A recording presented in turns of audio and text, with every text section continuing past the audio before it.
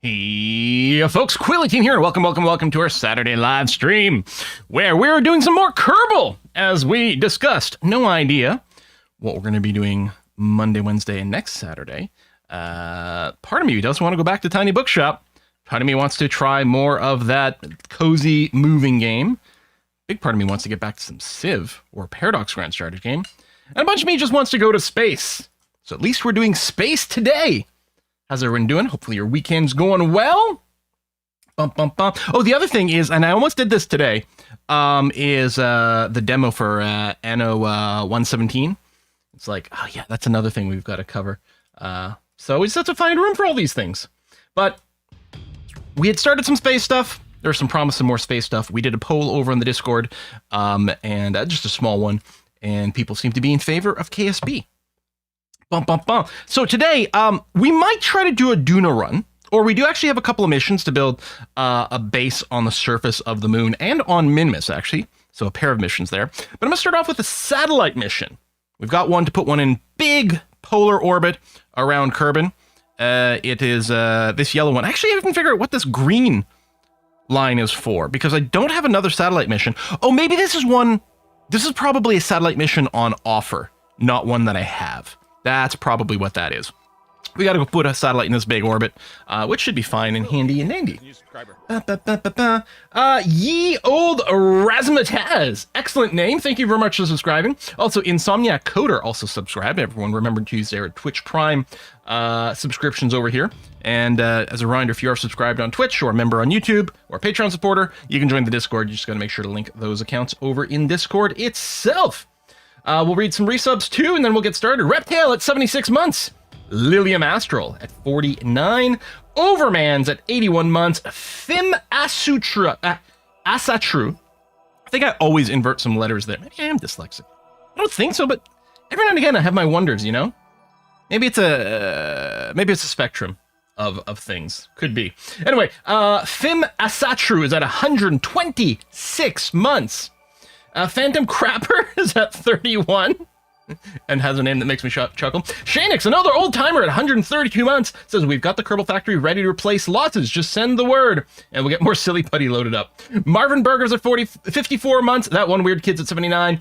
Alsa Bretchen's at 70 months and Uras is at 82 months. So this first mission is going to be unmanned. After that, well, if we decide to do the Minmus or the moon and Minmus bases, we can actually send them over unmanned. And we might just, you know, have a little trailer, a mobile home waiting for people if ever we send some people there. The Duna mission, I think I'm going to want to send people there. I'm thinking about a pair of people, a pilot and a scientist, so we can refresh some experiments. Whether or not that's a return trip remains to be determined. It might be a long-term cohabitation situation there. So we do have the mod running, so we can pick names from Twitch chat. If you're on YouTube, you might want to open the Twitch chat. You don't even have to talk there. As long as you're in the Twitch chat, you can get picked up by the mod for it. And yeah, we'll pick 2 brand new people to be the people who totally don't get stranded on Duna/Mars. But first, yeah, I'm going to do the satellite mission. And in fact, I've already built a little vessel ready to go. We're going to launch one satellite. We might as well launch 2. Can't make the mission much harder. I mean, you've got a point there. You know what? I'm wondering. Oh, no, it's this. It's the repair satellite in orbit mission that we've got. Because I know it's a Rockomax mission. So it's this. So it would be different. We'd have to do a rendezvous with an engineer with repair tools. Actually, that might be really fun. Because I think I've dabbled with repair things once. Because this is part of the expansion that we didn't play that much. And yeah, we could do a little repair mission. It'd be a big rendezvous and then return. But we could try. But yeah, it looks like it's going to be a single shot regardless. So let's pop open our vessel over here. Here's the little ship that I built just before the stream, because I knew it wouldn't take that long and be that crazy. So we've got a probe core. We got a couple of extendable solar panels. We've got a relay antenna on here, so we can use this as part of a bit of a comm network that we'll build up. And the mission requires that we have a Science Junior on there. And then I've got the FL200 fuel tank, a Terrier engine, and a sort of standard lift stage. Looking at around 6,300 Delta V, which should be plenty. because again, we can get to orbit with about 4K delta V. Usually we aim a little higher than that just to give us a margin of error. And then, yes, we have to get to a very big orbit, but the difference in delta V cost isn't going to be that huge. So I think this should be perfectly fine, assuming we don't have to do too many ajustements along the way. So let's throw this onto the launch pad. Oh, I don't expect you to know this, but the first A in Asatru is actually... Oh, the A with the circle on top, pronounced like the English short O. Right, so it's more like an Osatru. Because that's the same as, there's some other words, like in Danish and Swedish, right? I don't know, maybe all the Scandinavian language have the A with the little tiny circle on top. Just hit the damage satellite with a big old hammer. Should fix it. Probably. Now, I don't want to launch immediately, so if we go over here, we can see... Okay, so in this view, we only have the yellow circle. Maybe because this is the only thing that matches, but I think maybe in this view it's only showing us active contracts. So this is in perfect polar orbit, exactly 90 degrees. But we can't just take off from the Kerbal Space Center heading north or south, because we also have to match... I don't know what you'd call this. It's not like the inclination is 90 degrees, but whatever the degrees over here, because we could head north, but end up orbiting this way instead. And we also have to note the direction here. So we either, what we want to do is we want to launch more or less when the Space Center is on this side or on this side, and then head either straight north or straight south. Is this us here? That's us over here. So we're rotating eastwards. So we'll be approaching this spot next, and we're going to want to launch north. Now, I think we're probably going to want to launch a little sooner than the exact mark on it, because we're launching from a spinning planet, we're going to have a little bit of rotation kind of built in there. Cool, man. Thank you very much for the super likes over on, or the super thanks, I suppose, over on the YubTubs. Thank you.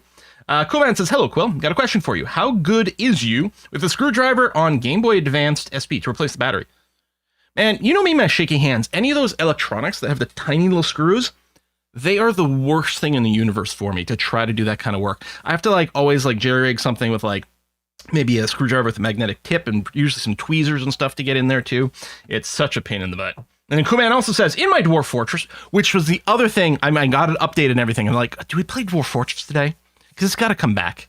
It's been too long.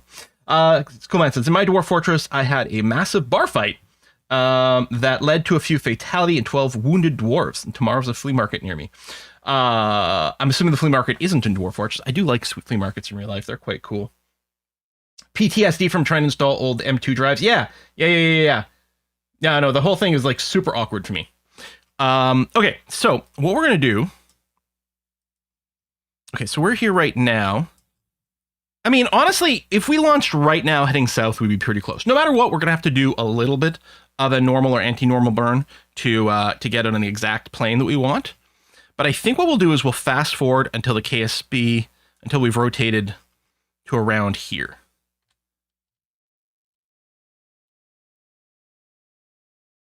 So here it comes. All right, I'm going to call that good enough. Because again, we're going to have a little bit of eastward momentum regardless of what we try to do over here.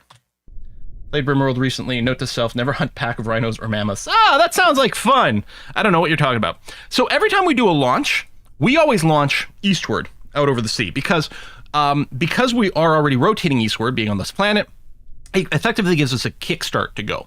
But now we're going to be, because of our plan here, we're over here, and you can tell by the orbital animation, we want to be going north from here to get into basically the right thing. Because we're going so high up, I have no problem having a fairly vertical launch, because we're not going for a minimum circularization. So it doesn't really matter where we circularize.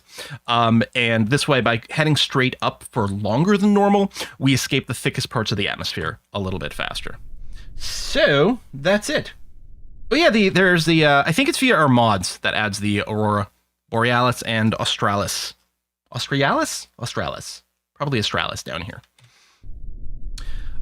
So, standard SAS on, throttles to full, staging looks good, all the engines, then we dump the supports, and then at some point we're going to drop our little asparagus staging.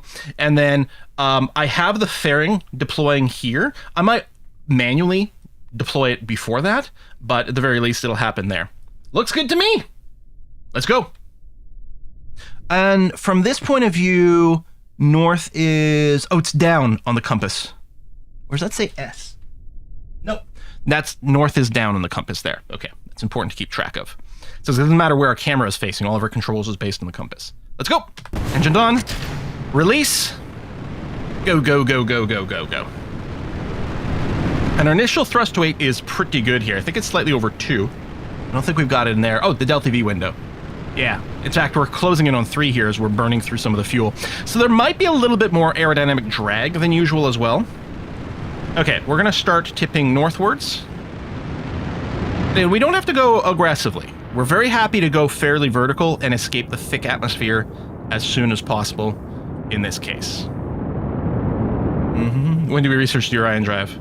You're just making me want to play more Terra Invicta here. Like, I'm so into it right now. So yeah, normally I'd be like, oh man, we should be flatter at this point. For a second, I thought there wasn't a fin here. I'm like, did I forget to turn on rotation? But that's okay. And the time to apoapsis is climbing very quickly, which is the sign of a not very flat ascent, which is normally not very efficient. But again, here, we've got a different goal than we're normally looking for. I could probably drop the fairing now. The atmosphere is awfully thin at this point, but I'll probably wait a little longer. Yeah, you know what? Let's go now. I think that's fine. Let's go at 40. Blam. Okay. So dropping the weight. And the atmosphere is so thin that we can go into our horizontal burn at this point. Which again, the trick to going to orbit isn't going up, it's going sideways. It's about going sideways faster than gravity catches you. So ultimately, that's what we're looking to do most of our thrust. And this is still pushing our apoapsis higher and higher. And normally I'd be like, well, our apoapsis is getting too high for a simple circularization. But we got to go, I think it's like 20 million is our orbit, right? So we're in the thousands, we're at the kms right now. So we can push. But we should be going more or less northwards. And you can see, yeah, I probably could have waited a little longer to do the launch, so that we'd be a little bit more in the correct rotation that way, but this is all good. So this stage is about to run out of fuel, which is fine. We're actually even in space right now.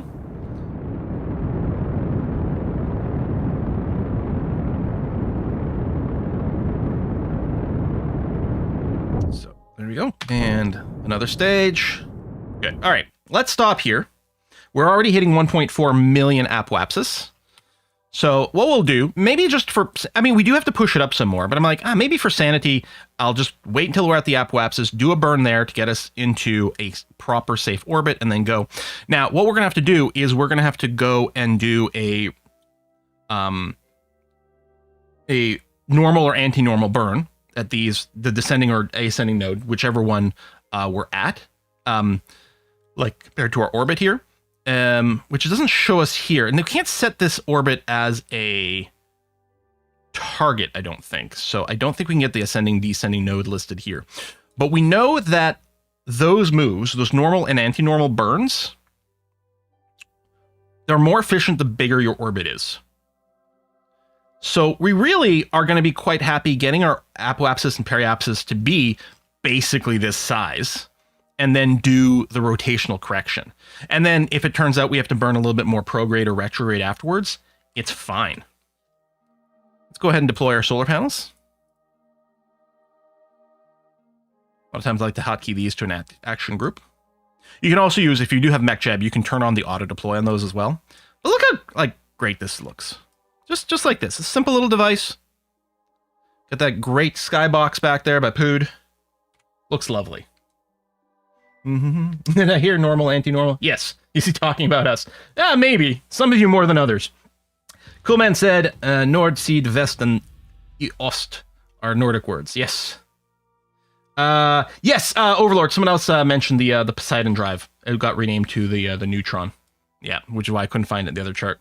I will tell you, slight spoiler, I have decided I'm not going to be using that engine regardless. We've got another target in mind over there in that game. Anywho, I guess there's no reason not to just go ahead and burn prograde. and embiggen our orbit some more.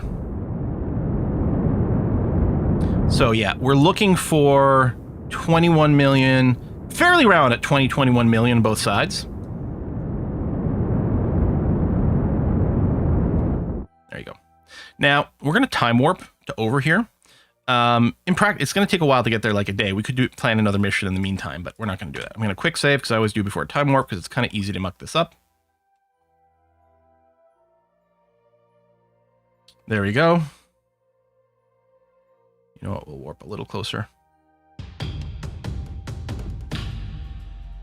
Cool. All right, and more prograde burn.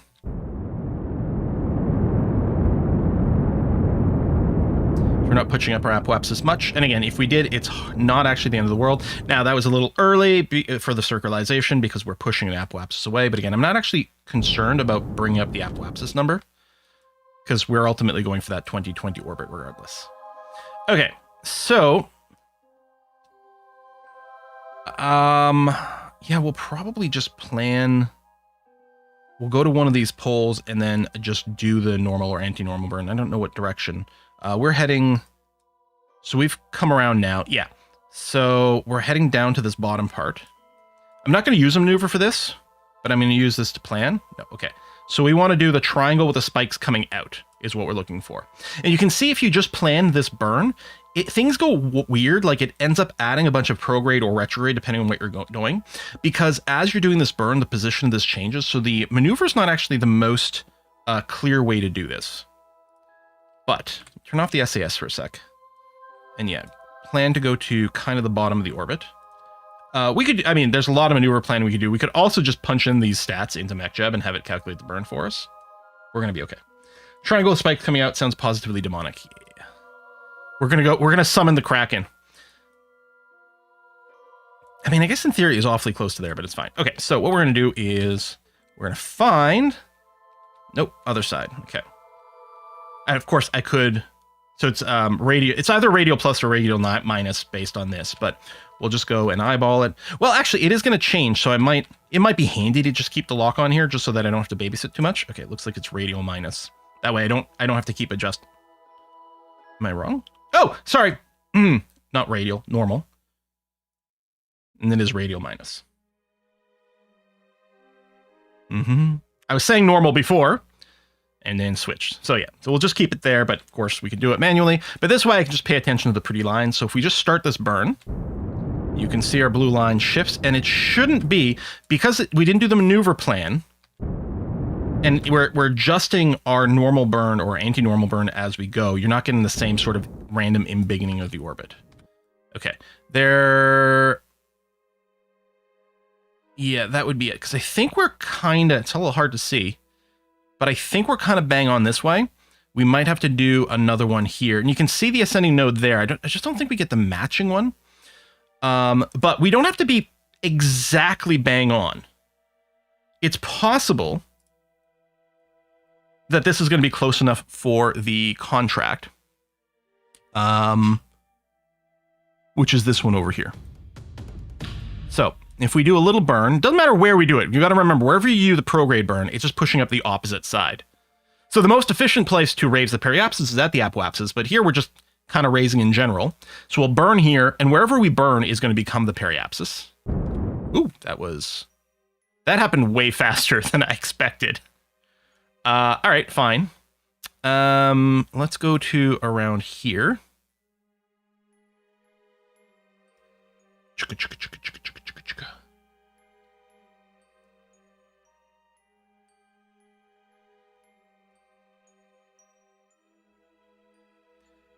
Okay, and let me do a much slower burn. Oh, hang on, it wasn't actually facing prograde yet. But it's taking so little delta V to make these adjustments. This is one tick of shift. We're at 1% engine power. Oh, and apparently, that's close enough. Maintain stability for 10 seconds.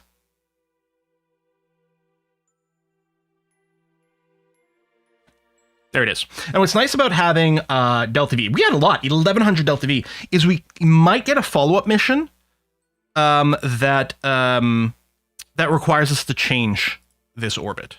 Yeah, contract complete. So 100 grand there, plus I think there was a 50K advance as well. So let's leave the satellite where it is. Oh, it's from this view. I'm like, where's the button to go to the Space Center? And just turn that off. Let's go to Space Center. Done, done, done. Maintain stability for 10 seconds. Feels like EU2. And yeah, it doesn't clean up this. I'm sure it used to clean up that debris. But maybe something about the breaking ground expansion added a change to how vehicle recovery works. That is entirely possible. Okay, it might have refreshed the thing. Science data from the surface of Minmus. Excellent. I want to say yes to this. Attach new part. Brings green sandstone. Someone did say that apparently the debug info for the rock samples does actually show the ones you can pick up by hand. There just probably wasn't any in the area where we're at, and that it might show up in the sky sometimes. So that could be a thing. But if we look at our active missions, so we don't have a mission for Duna, although it's very tempting to go and do that. We do have a Moonstone mission, and so we have surface from Minmus, outpost on Minmus, Moonstone, surface on the moon. So we might just go ahead and do one of those two. I mean, we could also do the orbital station around Kerbin. And I mean, if we do this, then we could follow up by doing like a docking mission. But I wonder about something like this. The debris on the launch pad self-recovers when you launch the next thing. You don't need to pick it up. Oh, okay. Mm-hmm. No, maybe I gotta rename it. My stream title does seem to confuse people. I just mean KSP in 2025, not that this is KSP 2025. It's not a specific mod. I've got some mods running, mostly for visuals. But maybe I should just rename it KSP 1 in 2025 is better than KSP 2. Yeah, I think it's leading to some confusion there. All right. Moon without planning, just to show off. I mean, we've done a drop to the moon before. What is the, might be, no, damn it, that's not where I want to go. That little maneuver is going to cost us 7 years. Mission control, it's just the easiest place to check. The moon surface outpost, what do you need? Antenna, docking port, power generation. Must be fully assembled when launched, so we can't do a dock in orbit to continue. Facility supporting at least 5 Kerbals. And they don't actually need 5 Kerbals on there. And 200 units of liquid fuel in the outpost. I mean, it's just about landing a big payload there. I'm not sure I'm like entertained by it. But it would be a hell of a challenge. What would this look like? So, if we went into payload, I thought payload added passenger modules. Maybe I don't have them unlocked. It's possible I don't have the passenger modules unlocked. Oh, you think it's under utility? How would it be there? People are payloads. No, there it is. Okay, so that's got a crew capacity of 2. This has got 4. And we need a capacity of 5. So no matter what, we're sort of double stacking a little. I'm actually... So we could do this and then put... I mean, we could put the Mark 1 command pod. It looks silly as heck. But that would bring us to 5. I guess I could put Mark 2 on there. I could also go with, like, a longer, thinner loadout. Like a couple of these Mark 1s. Followed by that at the top. And again, we don't actually need to send an astronaut with this, although we could.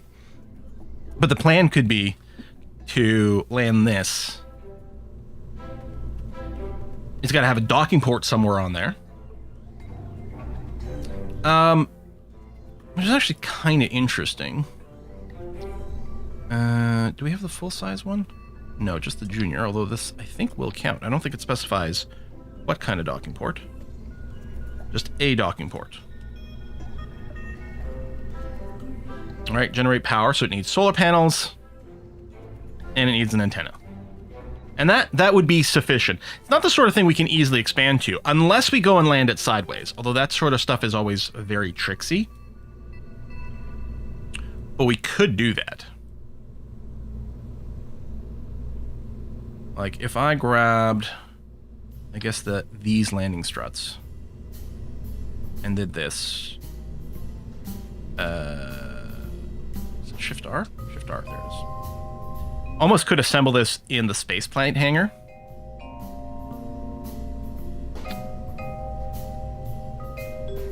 right? Plan on landing this way.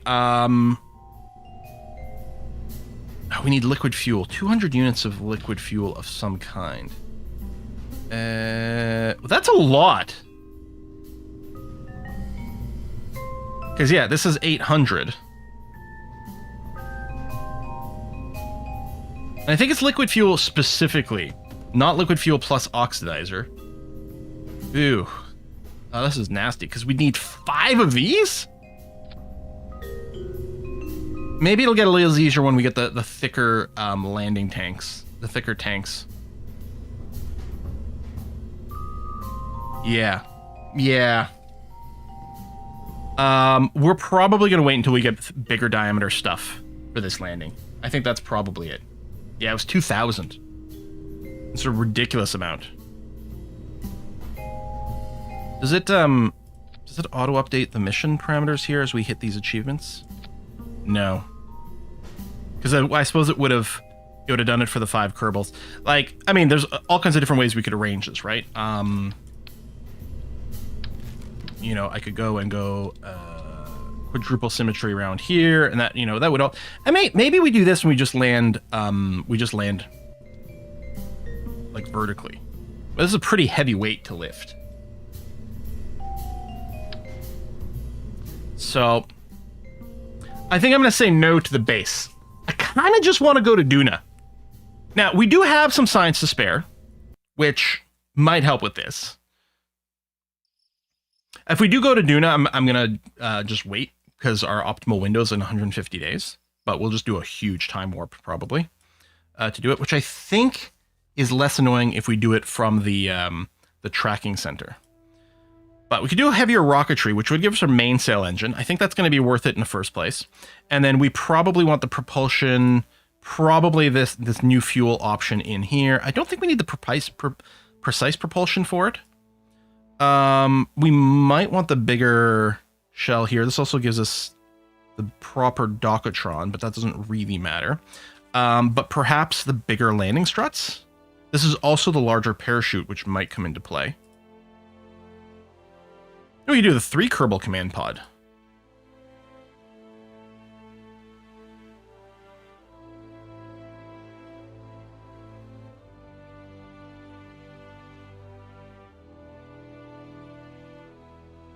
Oh, hey, Emmerich. You just bought a 10-year-old game, and the 10-year-old is loving it. Nice. Nuclear rocket for interplanetary stage. I don't know. That's an interesting idea.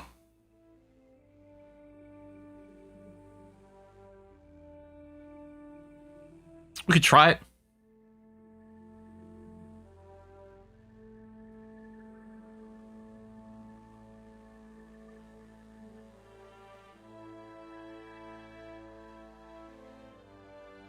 Let's get the bigger landing struts. Okay. Now, oh hey, Jeff. Nice to catch you there. Let's say. Oh, did I not get the 3? I guess I didn't unlock the 3-person, but I think a 2 is fine. Let's go with the plan. We're going to send a pilot and a scientist to Duna. And we're totally going to bring them home.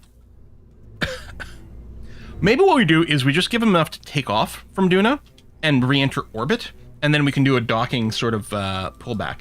I need the... Oh, did I close it? Yeah, I need the Delta V chart. Space program. Delta V map. So I think I'd counted. So strictly speaking, with a perfect descent, 3,400 Delta V gets you orbit around Kerbin, plus another 1,000 to escape the Kerbin sphere of influence and orbiting the sun, technically. So that's 44.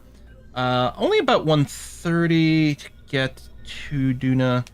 30 plus that. 44.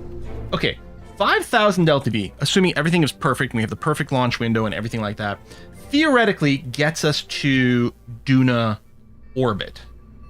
And then if we're going to do a powered landing, we need another 1,400. Now, we know we can use parachutes on Duna to land, which saves us some Delta V. But I think, first of all, I think we want to assume at least 6,000 LTV to get to Duna. And certainly to get back would be the same amount, right? So we need a 12,000, maybe 13,000 Delta V ship to do the full round trip. Now, there's a couple interesting possibilities. First of all, those nuclear engines are super efficient. Now, we probably wouldn't want to go and do the landing with them, but there's always the possibility that we detach Apollo style. Since entering into orbit apparently isn't that expensive, which I hadn't realized, we could stop the ship in orbit and then detach the actual landing module and then try to do that. And that's right, you can save some Delta V by doing air braking to get into orbit of Duna. So we set our course so that we're going to skim through the atmosphere of Duna, not enough to like slow us down for a landing, but to do a little braking, which is tricky to get exactly right, but it's certainly something we could plan on. And then the other thing is I could just design this ship to not do the full round trip, but maybe to get back to orbit at least. That's certainly a possibility. Or we just drop them on the planet and then later we plan another mission altogether to bring them home. But it might be fun to do the all-in-one. It would be a challenge, but we could do it. So I guess we sort of have to think of, well, in the end, what gets back to Kerbin? And maybe we want to go for the minimal there. We can be like, okay, I think it's 1.8 meters. This is the thing that lets span on Kerbin. Although, repacking parachutes, I think you can do it with an engineer. We'd have to make sure to save our re-entry parachute, which is all extra weight, right? We do all these things, and then we end up, this is all weight that we're also landing on Duna and then taking off from Duna. And I don't think that's a brilliant idea. That's why I'm wondering, let's plan this stage to not come back to Kerbin, but maybe get back to Duna orbit. That's kind of interesting.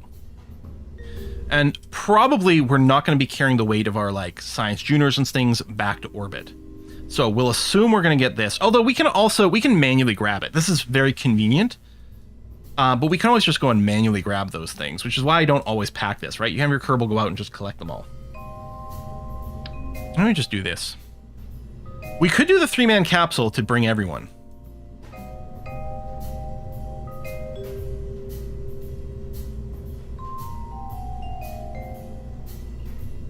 I don't know. Let's say, okay, let's ignore the return trip. Let's assume we want to get back in orbit. So what we'd like to do is throw on the bottom of this thing an engine. So let's open by cross section, size 2, right? And then there's these adapters over here, which actually is kind of decent. It's like I might throw this in here, and then what's the gravity on Duna? So this is the Duna thing. If we did this and then I went back to function and then engines, and let's say we were just trying to land with a couple of thuds.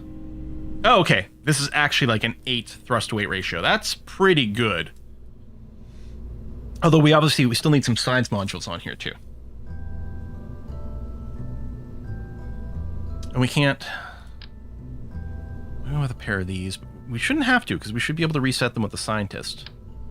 And put them up there, which is awkward. We could have a utility bay. I mean, this looks dumb, but it works.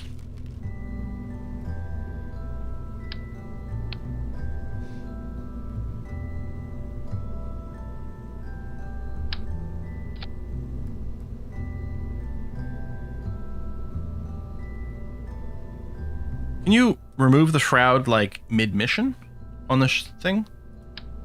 Yeah, but still the sizing is awkward. Because there's a service bay with the doors open, but that's not what we're looking for. Big service bay. You're saying it fits nice inside the big service bay. You probably don't mean this. Although, we can do a few things. So what you can do is, first of all, turn off the symmetry. And turn off the snapping. And then actually we can take this and then... Oops. We go into the move tool. I mean, we can just do this.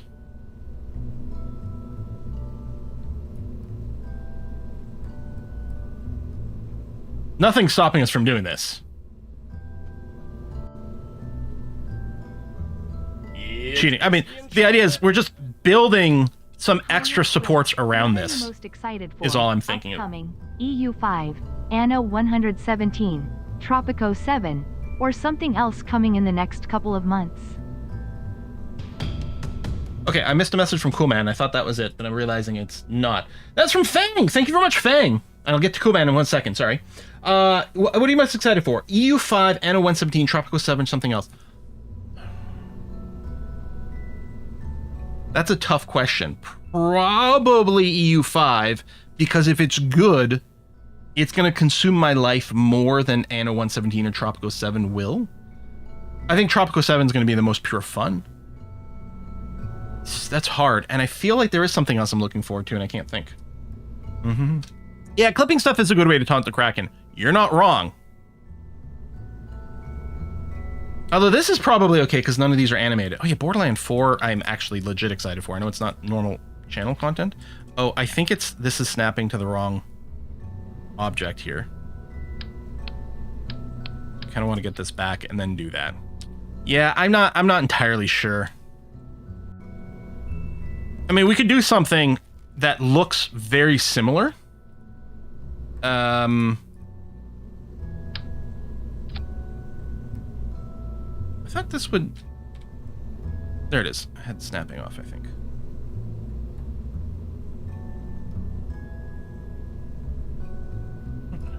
Did that actually... Delete fairing, build fairing. Is it snapping here?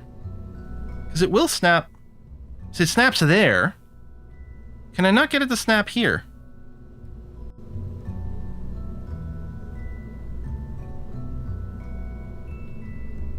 I'm not sure I trust that fairing is doing what I mean. But maybe? Oh yes, I gotta get back to Coolman. So Coolman says, if I suggest a name for first station, either Orion Halo or Moonshees, and if you're forced to pick between Sewer Brew or River Spirits, those are those both things from Dwarf Fortress? What Sewer Brew I know the name of. I don't know. Sewer Brew doesn't sound like the sort of thing I'd want to drink, so I'm gonna go with River Spirits there, Coolman. While sizes and everything, a bigger capsule and component might make the design easier. Yeah, so one of the issues is I'm not sure if I've got enough science left over. We could always just cheat a little bit in there for the bigger capsule over here. Oh no, it's just 160. Maybe we just do this. And then, oh, it does come with a larger service bay as well. Okay, let's try that. Kind of want to, well, no, I guess all of it's going to change. Don't save. So let's say we go and commit to this module, which is presumably the 2.5 meter size? Is it? I tried to put, here.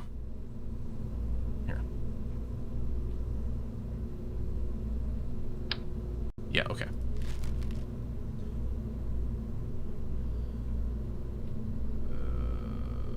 Service bay. There we go. So that can open over there.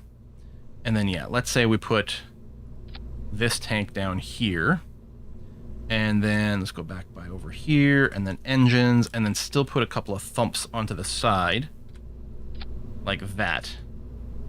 So this is 2.5k delta V, which is enough for a powered landing. But in theory, we don't have to do the powered landing, or we might do a little bit of assistance, because we can still combo this with some parachutes. Now, I don't know how much parachuting we need to safely land on Duna. No clue whatsoever. Right? Throw this as a main chute. Is this enough to support it? Again, the atmosphere on Duna is a lot less, and we might still want to start with some drogues for the initial slowdown. Right? So let's say, and I mean, I don't know. We do have to burn off a lot of orbital speed. Like, what if we go quad drogues, and then we also throw on an extra pair? I don't want to block the window, but it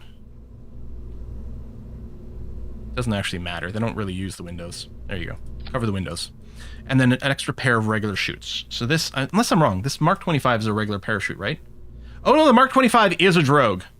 I'm thinking of the Mark 16 XL, I think, as a main chute. There you go. So now we would have 3 main chutes. I'm going to say, hold on, that's orange. Orange is the color of drogues. So 4 drogues and 3 main chutes isn't enough to do the reentry. If it goes wrong, we do actually have enough power to stop us.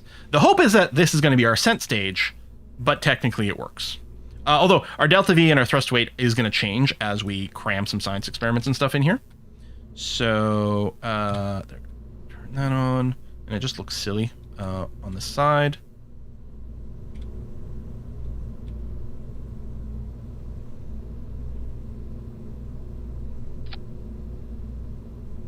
I'm turning off snapping. I'm turning on snapping. I'm really surprised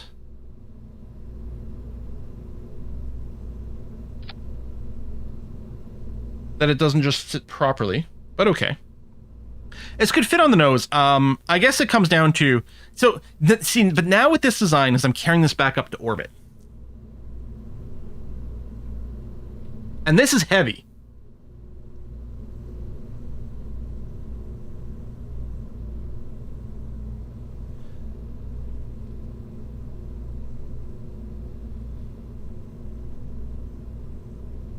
Try holding Alt. Thank you. So this is heavy, and we're carrying it back up to orbit. How do we feel about that?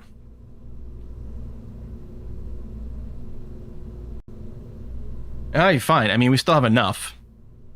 It is kind of unnecessary, but what the heck. And then we'll throw in a mystery goo canister over here, and the other 2 experiments here and here.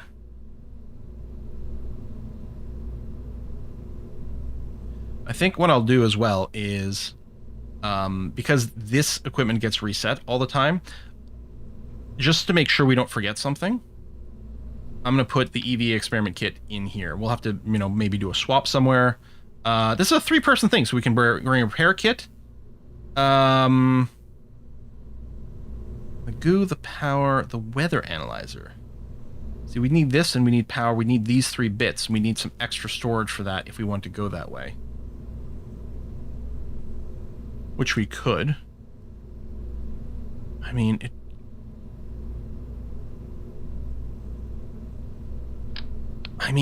here's the thing. If I do remember to change our equipment properly here, then I really can just load things in to there for deployment on the surface. Yeah, so we can do Martian weather things. Because we heard about what happened to Matt Damon, and we need to know about all those big sandstorms that happened on Mars, or Duna. Duna. Yeah, so we'd want to change the equipment, but there's no sense in doing it now because it's constantly going to get reset. Duna Lander Mark 1. Okay. Let's go back to build. So this can be closed up.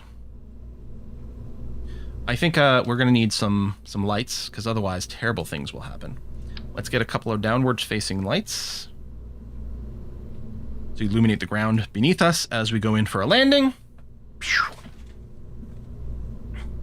Okay. So, in theory, and I don't know if this... we don't need a heat shield for Duna, right? Like, the atmosphere's too thin for that? Right? What we need is the big deployable heat shield. The, like, inflatable deployable heat shield, but we don't have that yet. But that's the ideal. Yeah, you're right. We need some power gen on this particular thing. And we might want an antenna as well. We need... I just realized, when I sent my satellite, I sent this, which is the ones that can be retracted again.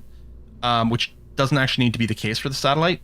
But for this, we definitely need to be able to retract our panels post-landing. Or, sorry, pre-landing.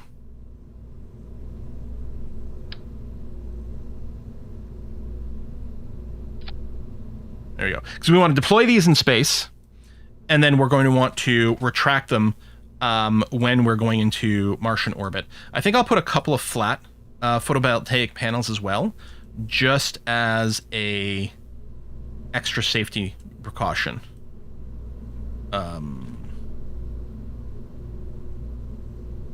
Technically, if the sun's bang on kind of one of these angles, it might not work too well. I think I'll just gonna put a pair of little static solar panels over there and over there. Yeah. Oh yeah, ladders would be an excellent idea. Now we have unlocked the I thought the extensible ladder, but apparently not. Oh, we got light strips. That's exciting.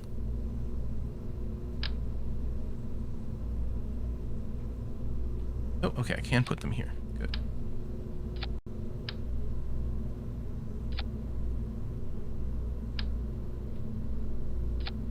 You know what, we have to move this light because it might be in the way of our ascent.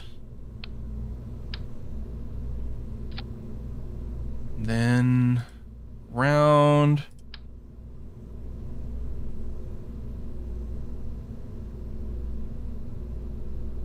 And we can set these a little higher. Because, I mean, they have a little bit of bounce, which you can turn off, but I don't think we want to turn off the suspension. So hopefully that's enough clearance that we don't nick this engine. I suppose I could put the engines up a little higher, but nah, it's fine. And then hopefully we can reach this. Did I not? I guess we didn't get... Let me see if I've got enough signs for this. Let me save this. Where is the extensible ladder? Three-legged stool is more stable. You are correct about that. Suppose I could go for a three-legged thing here. Here? That's the extendable ladder. No, we are 45 science shy.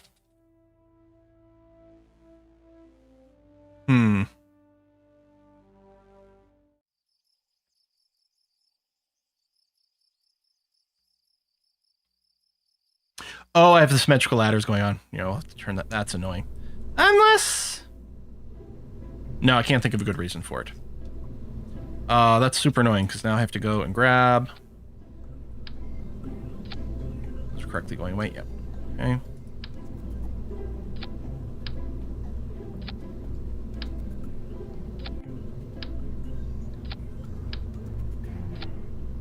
Okay, there we go. And the door's open on the side here, right? Yeah, so that's fine. And not blocking, not interfering with our ladders in a weird way. So I'm just hoping that our Kerbals, they might have to do a little jump to grab, but I think they'll be able to grab this. Duna, again, has the lower gravity, so it's probably fine. Hatch clear. Hatch here should be fine. We didn't actually install a ladder here because there's the built-in one. Doesn't really look like it, but I suppose those are little handholds. And I gotta say, that's a pretty cool looking little lander. So we'll see if it works out. All right, next up. That is to land on Duna. So to get to Duna, I guess that's where we're gonna try the nuclear engine stage. Now, I'll definitely need some advice on that. So there's our decoupler. So our nuclear engine is this one. And what does it actually use for fuel? Liquid fuel, but it doesn't need oxygen, right?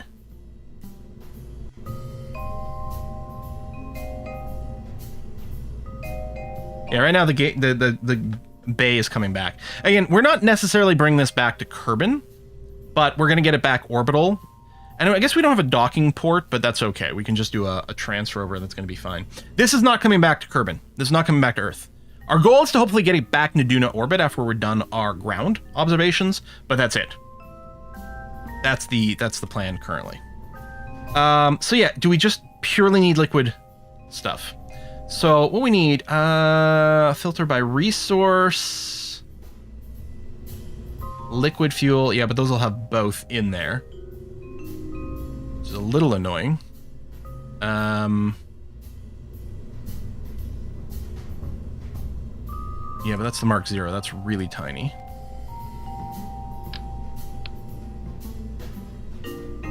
Because we can't do variants. We don't have any mods that let us like customize what kind of liquid. I don't think, right? Like if I put a Rockomax on here. No, we got color variants, but that's it. Yeah. And I mean, I could just take the oxidizer out, but that's not very efficient.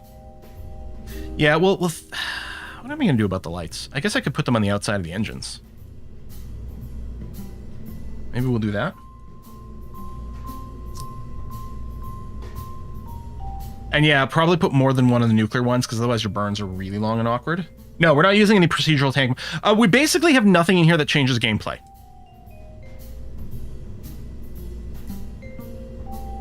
Because yeah, those procedural tanks and everything is really good.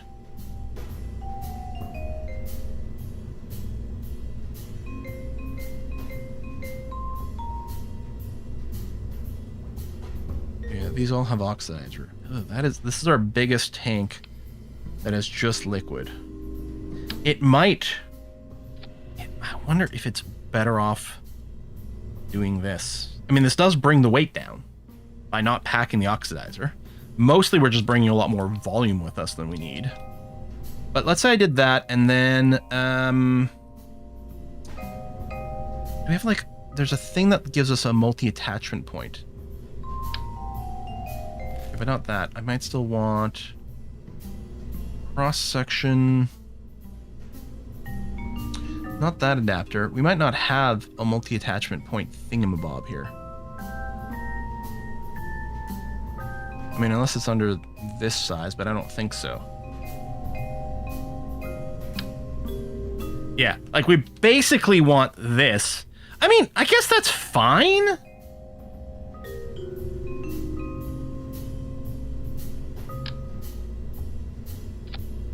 Right. Why is it only showing me one stage here?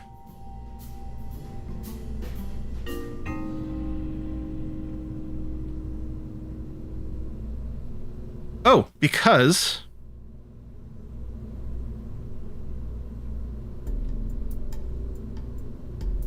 There you go. Fixture staging. So this only has 1800, nearly 1900 delta V. I mean, it's probably a lot better. Let's compare though. If I were to take that off and throw on cross section size 2.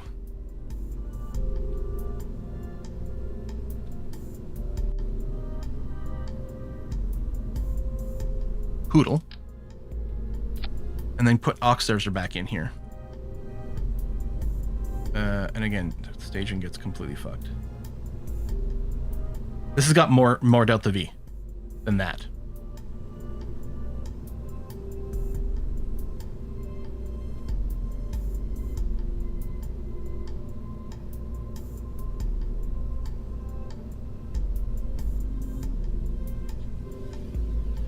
That's a lot of weight worth of engines. Like, if I just went and stuck, say, just one of these nuclear engines on.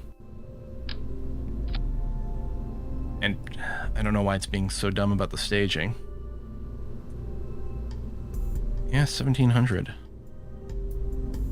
Probably be better if we had pure liquid tank over here.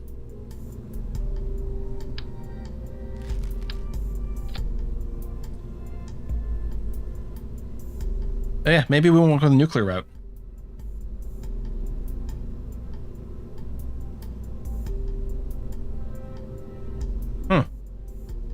Unexpected. I don't have the big orange Rockamax tank, huh? No. We can do this. This is fine. Actually, this thrust weight ratio is weirdly oh, I guess partially the Duna thing. Yeah, okay. Fair, fine.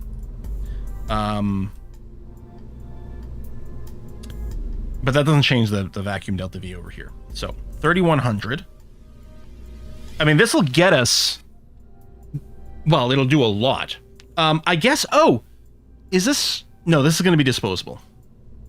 So this will get us to Duna, and we can use this to burn off a lot of our approach velocity with Duna. Although we could also do the thing. This could be our circularization stage here on Kerbin too.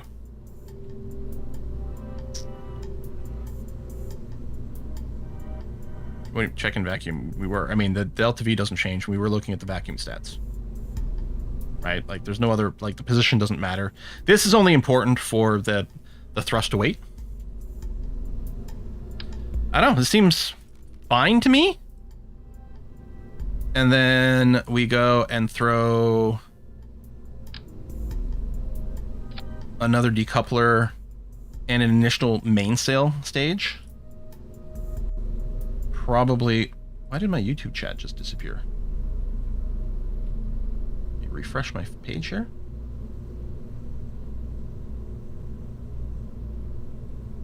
Oh. Oh, it's doing that thing again where I can't look at my own live stream on YouTube. How bizarre. Why? These websites really only have, like, one purpose? Why do they not do that one purpose properly? There you go, and I got my chat back. Just a small indie website, yeah. That is the wrong decoupler anyway. So, well, these are sorted by name? I guess that's fine.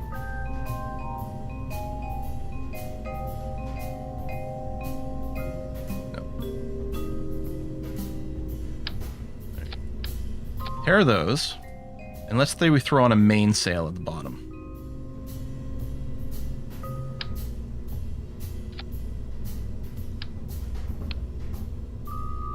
And what? My God, this staging is so confused. All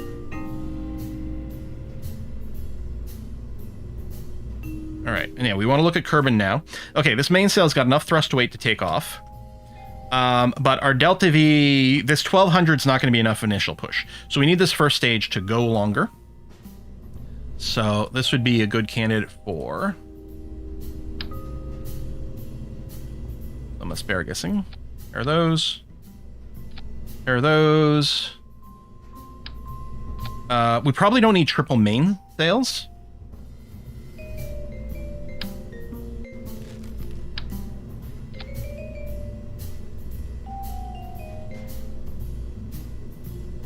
Even then, we might need a little more Delta V. Although the thrust weight here is so big, what we can do is afford substantially more weight over here. I mean, we want to overkill this mission, right? There's no such thing as too much overkill.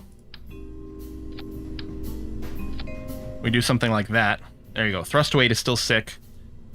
That's pretty good. The only thing is I want to take this and put it higher because I want to shove away from the nose.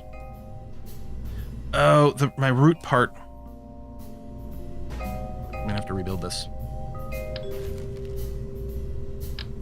Because the root part of that side bit was the wrong place, the wrong one. It was going to be really annoying to get the way that I want. Of course, I don't have to use mainsails for these, but who doesn't want a bigger boom? Okay, so detach from the top, which is fine. It'll sort of push away, which is what we're looking for. And then we're going to want a strut. And we're going to want a fuel connector. And then we're going to have to double check that all our staging is okay still.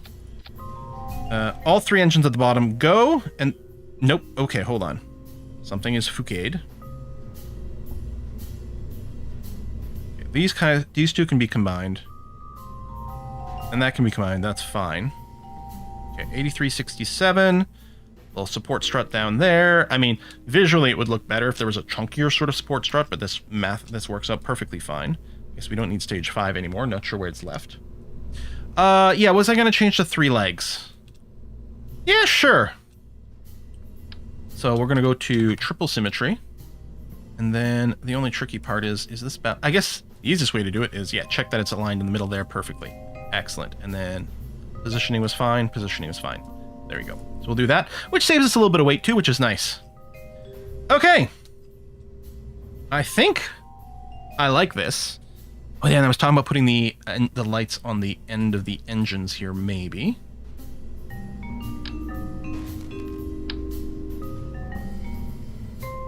Shine down. You got the pair. Good. We got power. We got science. I suppose I could jam a gigantic antenna on this so that we can actually transmit some of the science back.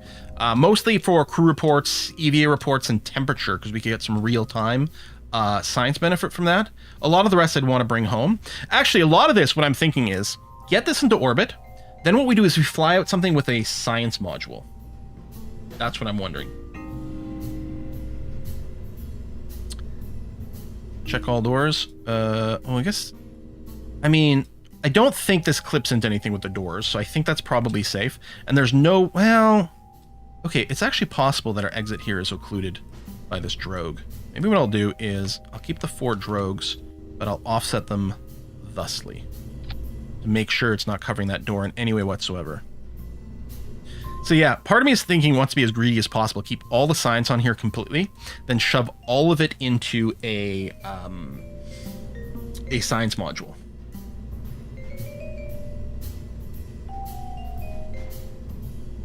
Some hatch EVA, but okay. I don't know if that's just like really laggy Twitch chat, but this should be completely clear. Make sure the Kerbals can grab the science from the ladder. That's not a bad idea. Tell you what, so we'll go, we're gonna have to reset the crew and their equipment as well. We're gonna hire 3 new people as well. And yeah, I guess I'm gonna throw an antenna just in case there's, I mean, I don't know. We can do the high gain one here, which I think isn't gonna be enough without a relay satellite though. And then this thing is just kind of big and awkward. We may as well throw an antenna on that. Because who knows? But I don't know. It might depend on the tracking station back on Kerbin, but I don't think this is going to be powerful enough. Even with the maxed out tracking station, I don't think this will reach. But we'll throw it on there because maybe we'll have some sort of orbital relay or some damn thing. So, done. Yeah, there's a really crazy Twitch chat lag because just now there's a message from someone asking about antenna. And it's been on there for at least 15-20 seconds now. Make a stage relay satellite? Possibly. I don't know. I think I'm just going to focus on this. Let's throw on a little bit of aerodynamics. And we're going to want some bigger winglets over here. And let's go with a quad arrangement.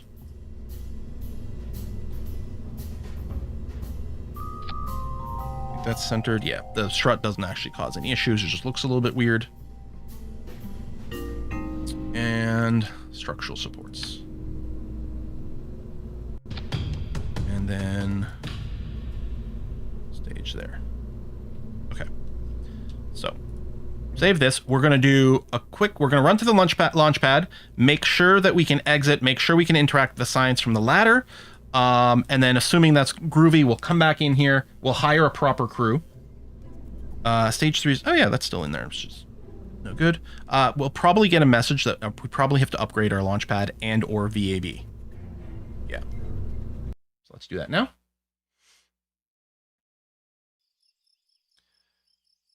So there we go, unlimited. And then if I were to try to launch this, okay, we had no complaints about the VAB, which is great. Boop. Aren't the fuel pipes feeding the wrong stage?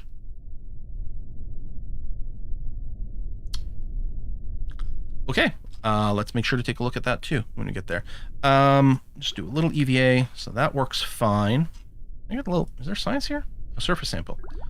You know, I might be able to get that, the extendable ladder tech just by doing some actual surface stuff, but... conduct material study. Oh, I can't reach that one. Yeah, because it's not... Okay, that's interesting. Okay, so I can reach the Science Junior, but these other experiments have to be put over here. But otherwise, this is looking good. So, fuel lines, and move the science experiments.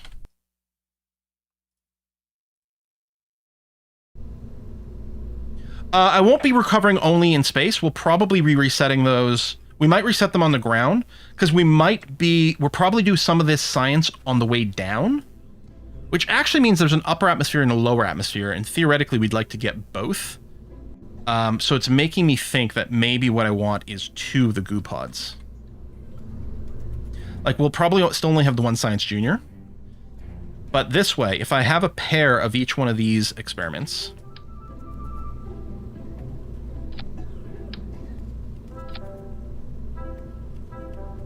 Oh, that's awkward.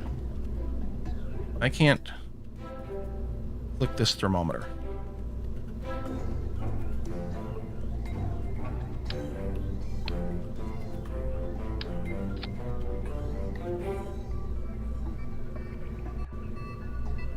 So it didn't get rotated, so maybe I can get to it from the bottom. Nope. I mean, thermometers are light and cheap. I could just throw a couple on there. But if this gets used, I guess I can just tear this off and rebuild it, but...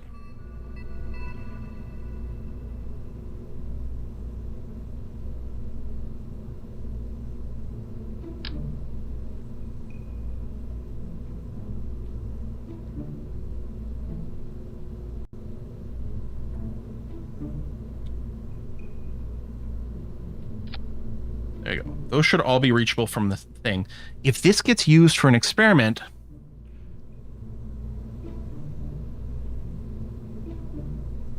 It's fine, because we can recover that one in space. Yeah, that's fine. Okay, I'm okay with this. Okay, that was that, and then these fuel lines, which actually might give us tons more delta V if this is indeed correct that these were in the wrong place. I think we got another 300 delta V out of it, actually.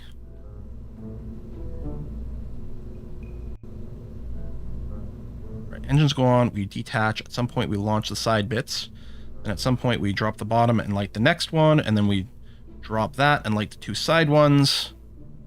Okay. I think we're okay. Let's go and hire some Kerbals. Now, because we're just hiring people willy-nilly to, you know, make it interesting for chat, we are incurring additional costs here. I might go and just cheat it into money that we use to draft people. So...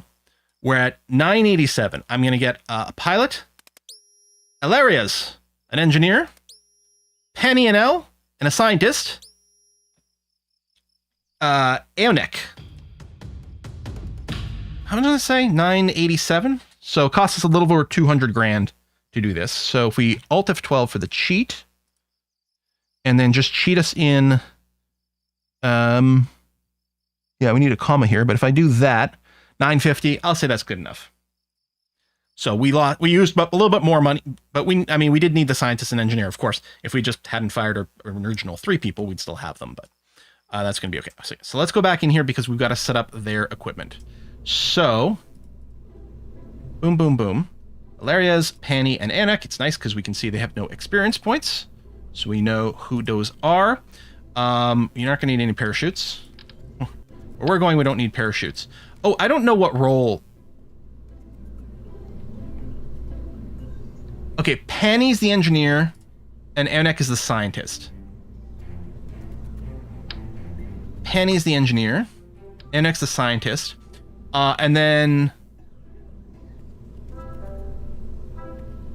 Doesn't really matter.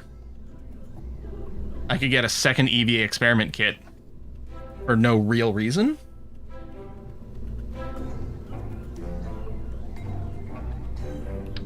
Have you carry a work lamp to deploy on the surface? There you go. Oh, the repair kits are consumables. We could pack more, although we can still just... You have to wait for one more? There, you can have 3 charges of that. I mean, we shouldn't have to repair anything. Some parts require multiple to repair. Well, then tell you what, we'll have the pilot carry some extra ones, and you can pass it off to the engineer. Can you pack a 4th one? Oh, you can.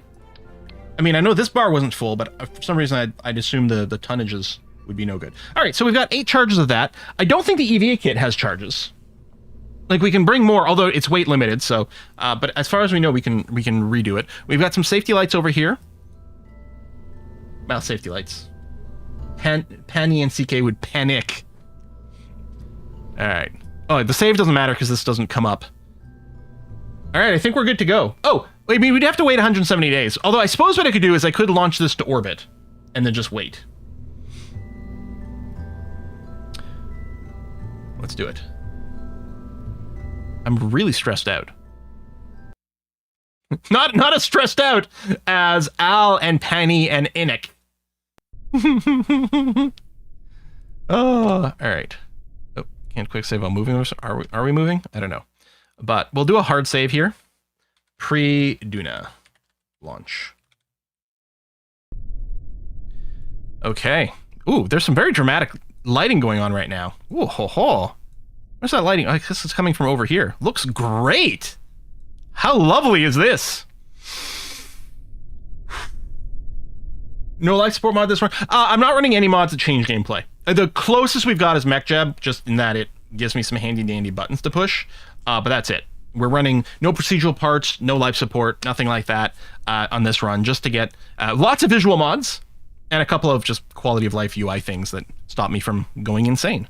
And then the draft Twitch viewers one as well. And yes, let's remember to open the solar panels once we're in orbit.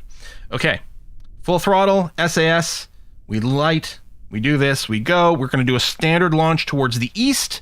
Any circular orbit will do. We don't need to go too high. We'll target, above 70 and, maybe no more than 100K. See what happens. And it almost ripped us off these supports. Thrust weight is pretty good here. Yeah, 1.88 and climbing as we burn off some fuel. Nighttime launch, we going to the sun? Yeah, that's the trick, isn't it? All right, gravity turn started. Not too worried about going crazy flat, so I might go... We're weirdly rotating.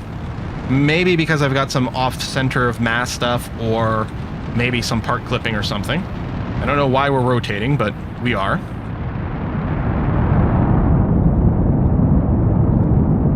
I think we can try to nose down a little bit more here. Yeah, it's going to be a pretty steep ascent, but that is safer.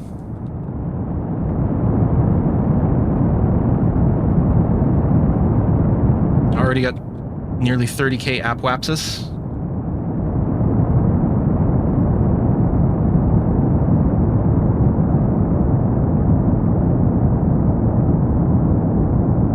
I wonder if I would have wanted to add a rotation wheel.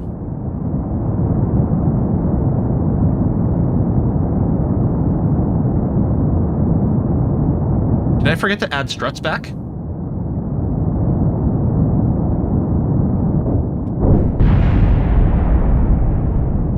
I think I forgot to add struts back, but we're fine. Everything's fine. I don't know why you guys are panicking. I'm gonna leave some thrust here for some gimbling control, but I'm gonna thrust back because we're going high. I mean, we're going a pretty high escape orbit ultimately, so we're gonna have a pretty high orbit, but really only in one direction. So I don't want the circle to be particularly round. Okay. Oh yeah, we are really high up. I can go horizontal here, assuming I can maintain this. So yeah, I'm just going to keep this just for the gimbal control. Because we're still pushing up the apoapsis, but that's fine. Okay, we're about to hit space, so no matter what, we're going to be okay. All right. Woo! Ha-ha!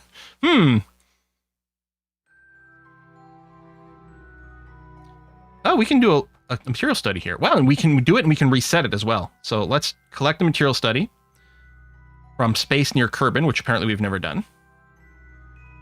And circularize. So, standard, easy circularizing thing. Go to the apoapsis, add a maneuver, burn prograde until the apoapsis and thing turn around.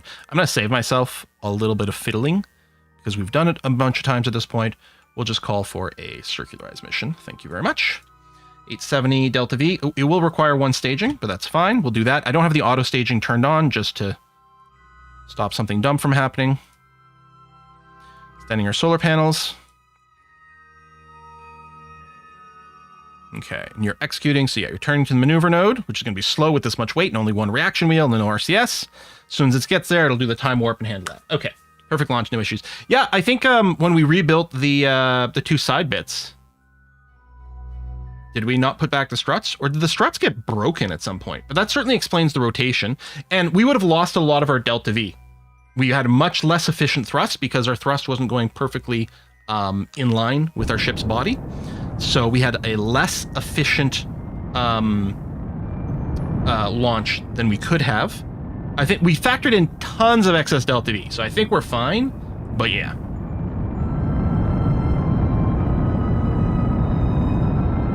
And if you keep streaming this game, I'll have to start another KSP run on your own. Yeah. Radio back orbital experiments. We may. We'll take a look at that. We don't get a lot of the science. We don't get all the science from the material study if we radio it back. But we will take a look. I don't know what the percentage is. It might be good enough to send back. Okay, and then finish circularizing. Camera shift. Ooh.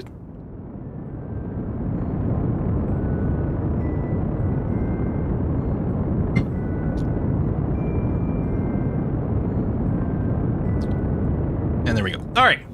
Circularize at around 120K. That's fine. Now, we can open these, since we're not worried about aerodynamics in any way whatsoever. And let's just stabilize for a sec here. And then Enoch is our scientist. Perfect. Let's have you EVA. We'll release. We never did an EVA science experiment here. So let's throw the wing nut. I like how he's... Oh, and it knocked it away. Experiment successful, I'm going to say. Grab on for a sec just to stop that. Okay, you can let go. Actually, no. Grab on, because we can confirm here that from just being on the side of the ladder, there we go. We can collect this data. And then, because this is a scientist, we can restore it. So this can be used again. Lovely. So then we can go back into the tin can, we can board, and then what we can do is we can review our stored data. Now, so we can transmit this back. We'll only get about half the science. And it's such a low science anyway. Now, for the EVA experiment, we can transmit it all back. So this is great if I want the 25 science now. Now, part of me is thinking about being a little greedy in that if I just hold on to all the science and then we transfer it to an actual science lab later, we can convert it into so much more science.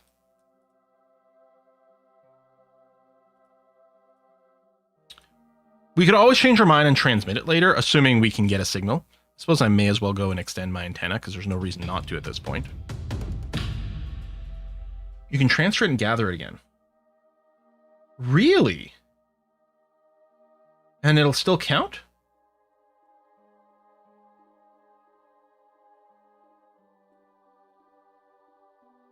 For the value? All right, well, let's try it then. Okay, I'll transmit these both. That's the one. There, yeah, we're running into the not enough electric charge thing, which is a really annoying bug. And I say bug, and here's why. So we don't have huge batteries, and transmitted takes a lot of power. But you can transmit at a lower rate that uses less power. And you're going to say, well, how do you do that? That's not in here. Well, first of all, I mean, we could turn off the require complete, because then we can do it in spurts. But there's a really funky thing that happens as well. If we're time warping. Because if we're time warping, because I think the transmitting happens in our real time, but the power gen calculations happen based on time warp. So it's the same thing as transmitting slower by derating your antenna. It's very bizarre.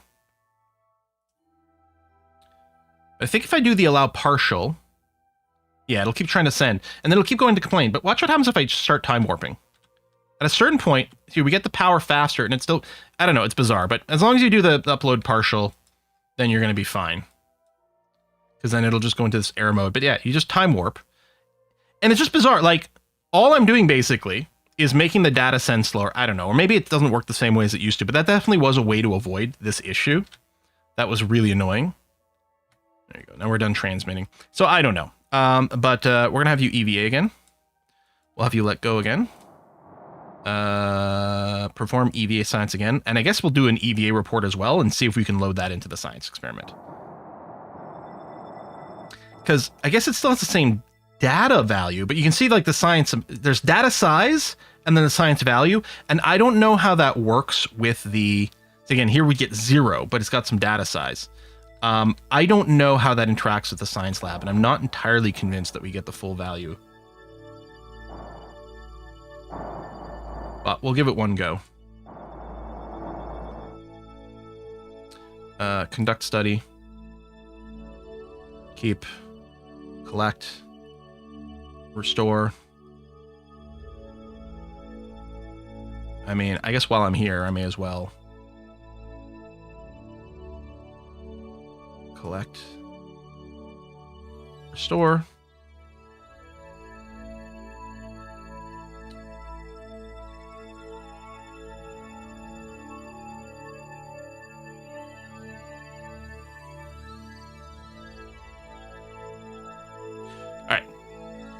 Let's go back inside here.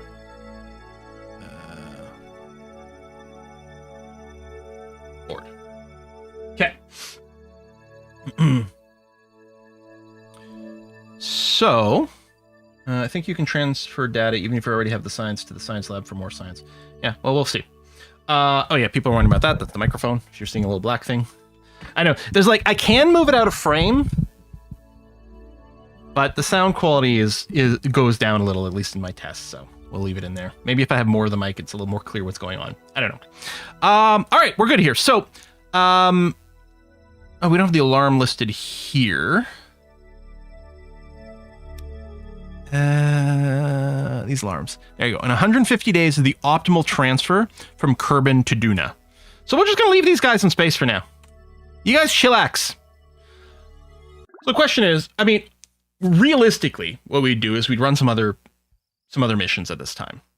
But I think what we'll do is we'll just go ahead and time warp. Can I access the alarm clock from here? Good. Okay, that maneuver alarm can go away. And then I can just warp to next. So, okay, hold on. Let's do a big... Oh, I can't access the menu from here? Of course not. KSP1 does have some issues, especially around here. It's like so weird, the loading.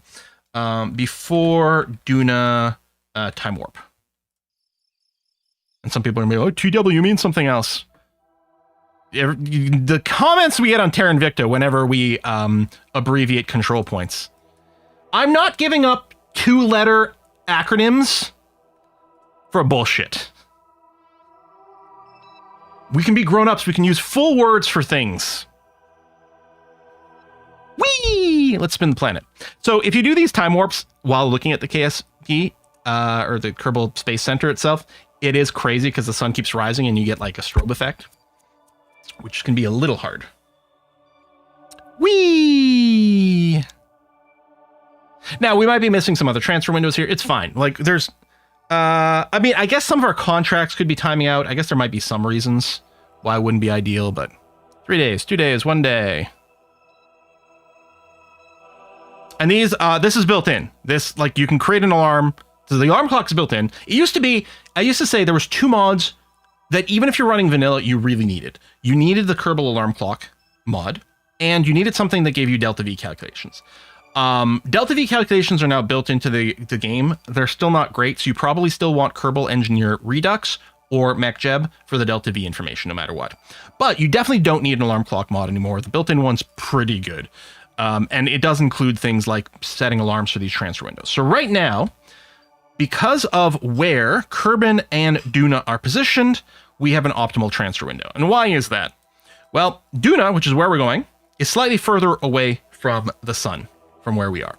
So we are on a lower orbit, which means we're sort of going faster, right? Kerbin has less distance to travel, so Kerbin is going to catch up to Duna and pass it.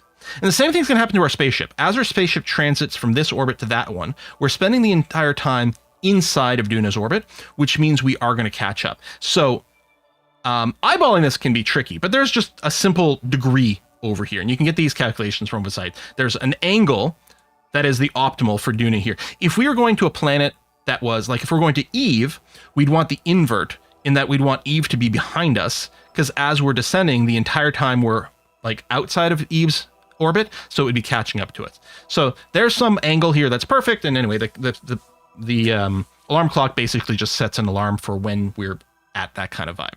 So that's what we want to do, and right, that was all here at the tracking station. So now what I have to do is come over here, and we have to fly the Duna lander some more. Do we bring food? 2 extra Kerbals. Oh, that's so funny. It's so stupid, but it really got me. Thank you. Okay, so there's Duna. How do we want to break orbit here? Now, I don't know. If I'm just eyeballing it, I'm not going to be able to get the perfect encounter. But we can do an initial hand plotting that's pretty close. I might go and ask MechJeb to fine-tune the actual thing, but we'll see. So if Duna's here, what we're doing is we got to think of ourselves from the perspective of we are Kerbin right now. Yes, we are in orbit around Kerbin, But the fact that we're orbiting around Kerbin is kind of insignificant on the scale of the solar system. We've got to treat ourselves as if we were Kerbin here. And how would we get there? Well, we would get there by burning prograde to increase the size of our orbit. Like if we were burning prograde over here, what would be happening is our orbit from this side would be increasing outwards. And assuming we trust the calculations that have been done for us by people who are smarter than us, what's going to happen is as we push our orbit over this way and it reaches Duna, by the time we actually complete that move, Duna will have reached over here at the same time as we get there, and we'll have a rendezvous. But we're not actually Kerbin. We can't put boosters on Kerbin and move it, unfortunately. But the closest we can get is if we go and break orbit. So we know, well, we may as well orientate ourselves this way, right?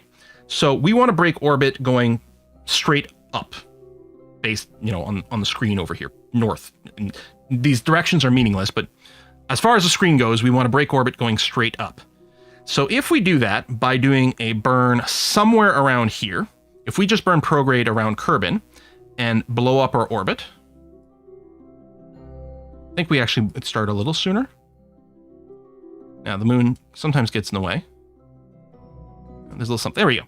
So you can see here, we're breaking orbit of Kerbin going basically straight up. Which means if we take a look at our orbit here, it is indeed growing this orbit. And if we do the burn at exactly the right time, like the right position in our actual orbit around Kerbin, and with enough oomph, this can turn into an encounter with Duna. Now, the fact that we're not getting a preview over here, I don't think is a limitation of Arconics. I suspect means we're not doing the burn at exactly the right time. I was going to say, if I expand this a little, maybe we'd see another encounter somewhere. I can set it as a target, which can also help, but that does mean, there you go, losing my maneuver node here.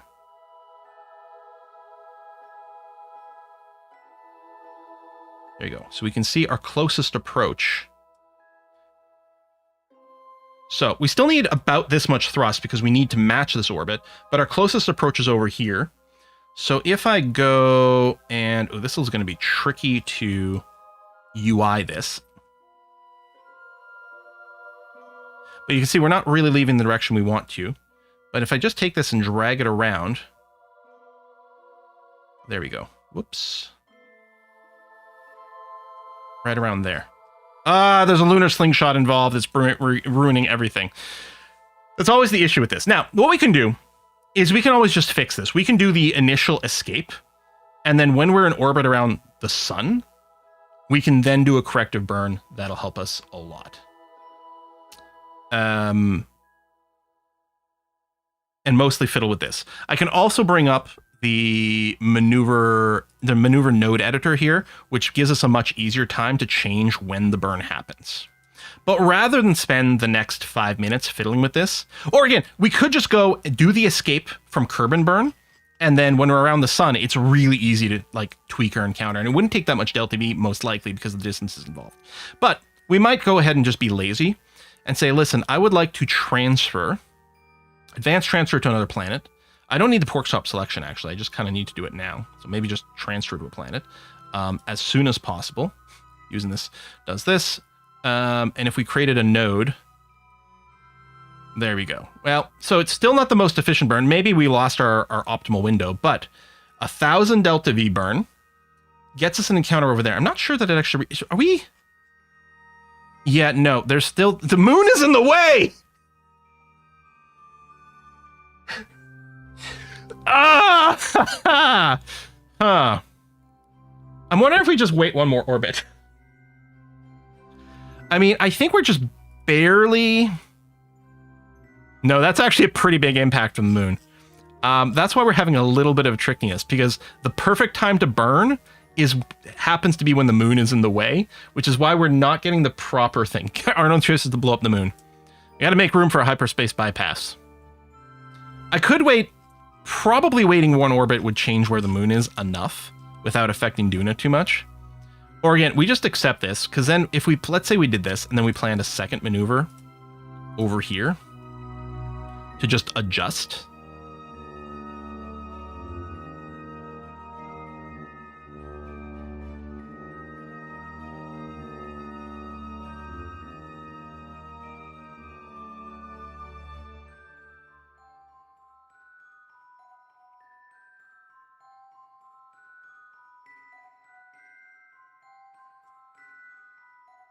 I don't know if we can see what the delta V of this maneuver is.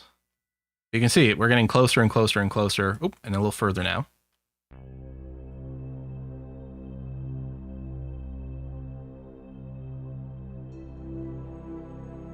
Now, there's not much sense in planning this whole maneuver node right here. In fact, we might be within the zone anyway. So the plan is I'm going to get rid of that one. We'll do this with the moon being in the way, and then we'll just try to fix it. So this is very similar, almost exactly to the one I was planning manually, and it's not actually any better, but whatever. We'll accept this one. Oh, bottom left tells you the delta V of the next maneuver. Oh. Hopefully we've got enough. Let's find out. I'm sure it'll be fine. I'm sure it'll be fine.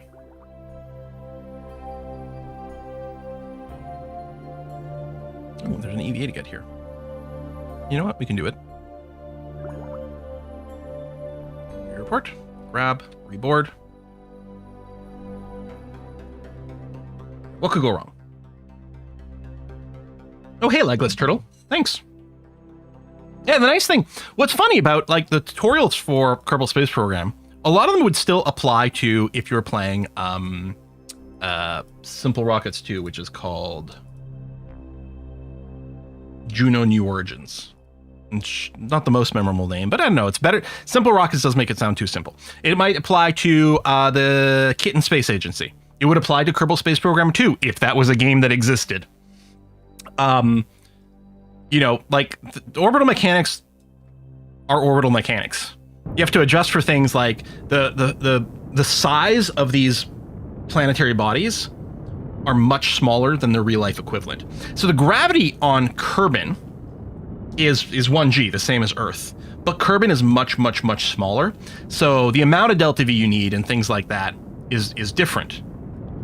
Especially like you could play with the mod that like replaces all these planets with the real life counterparts.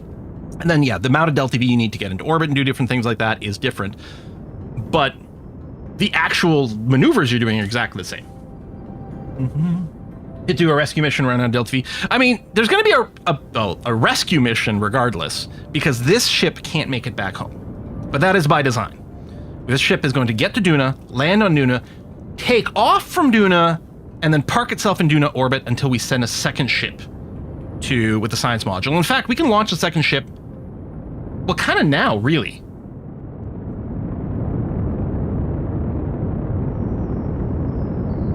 With maybe a second scientist inside, too. The only downside is my scientists don't have... they won't get the level up until they come home, which I hate.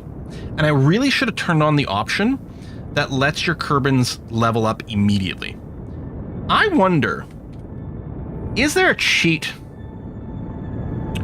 for instantly leveling up a Kerbal? Maximum experience isn't what I'm looking for.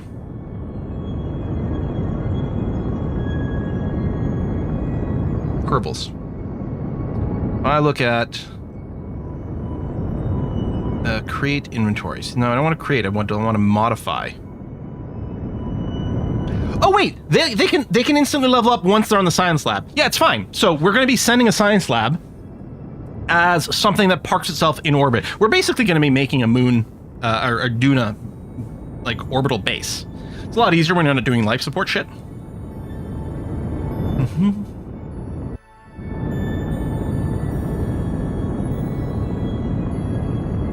Space! Why do we love space shit so much? I guess because it is that final frontier to do. Yeah, so difficulty settings is where you give it the option that they can instant level up, but you can't change it now. I don't think. I think you just set that at game creation.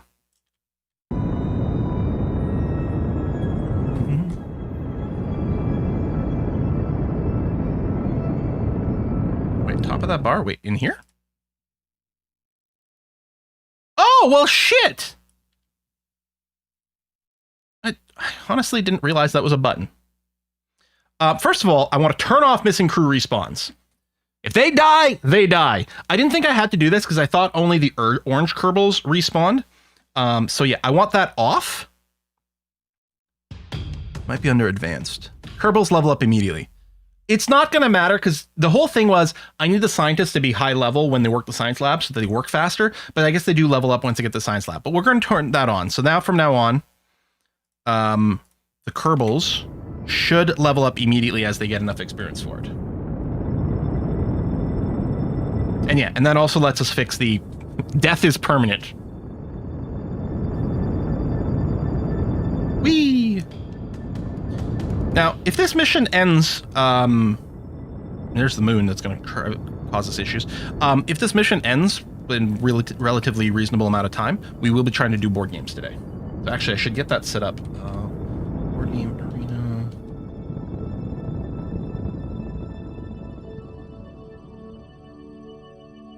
Okay, burn is complete. We're gonna double check. We're not actually smacking into the moon, right?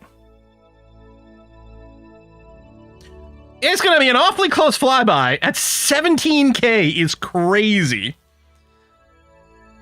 And yeah, we're getting a fair amount of deflection from this. But yeah, okay, that'll be fine. We're not smacking the moon. And yeah, we'll exit the Kerbin system.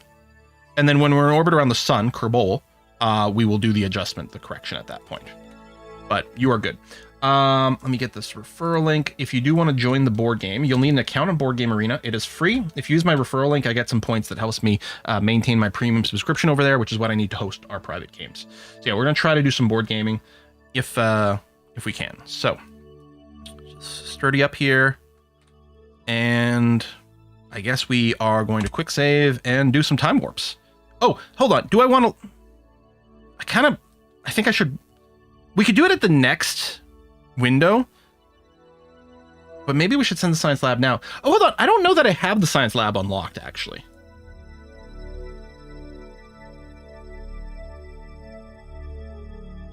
I guess we can check.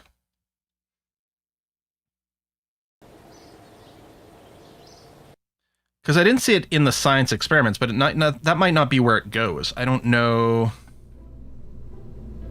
No, it's not those. And I don't think so. I don't think we have it unlocked. So how are we going to get enough science to unlock that? Well, I could transmit some stuff from Mars, but it's kind of the idea is it not scanning tech? Is it an advanced science tech? No.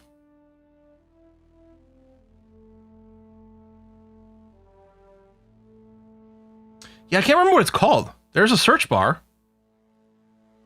Is it the lab? Okay, I'm not convinced that that search bar is working. Oh, wait, was it highlighting something? Oh. Ah, yeah. Okay, so I only need another 17 science to unlock that. Which, honestly, I can get from just rovering around. Do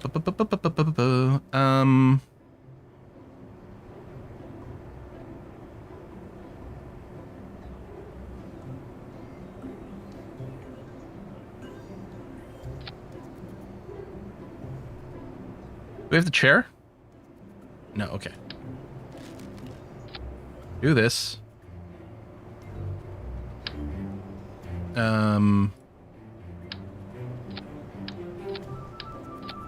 Throw some of those on there.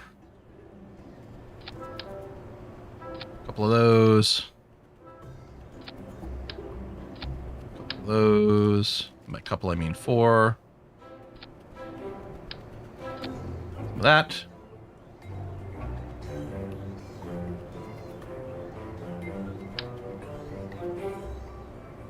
Couple of those. I don't know if we might want a battery pack, just buffer things, and then Rover wheels.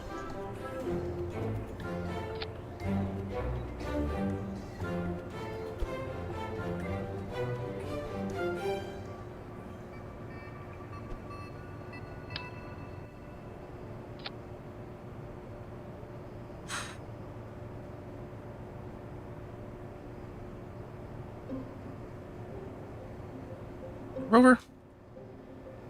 Yeah, we have a scientist, but we don't need that. Like, I might be able to reset some experiments, but I'm not sure that we've got it. So let's just go and launch this. Mm-hmm. And I could have put a scientist in here, but it doesn't matter for this. Keep this open. And let's drive around. Okay. Because each one of these buildings over here, it's kind of its own biome. Now, the trick will be to not accidentally roll this and kill Gloomy Moron. I'm sure that won't happen. Whee! Let's cut through this field.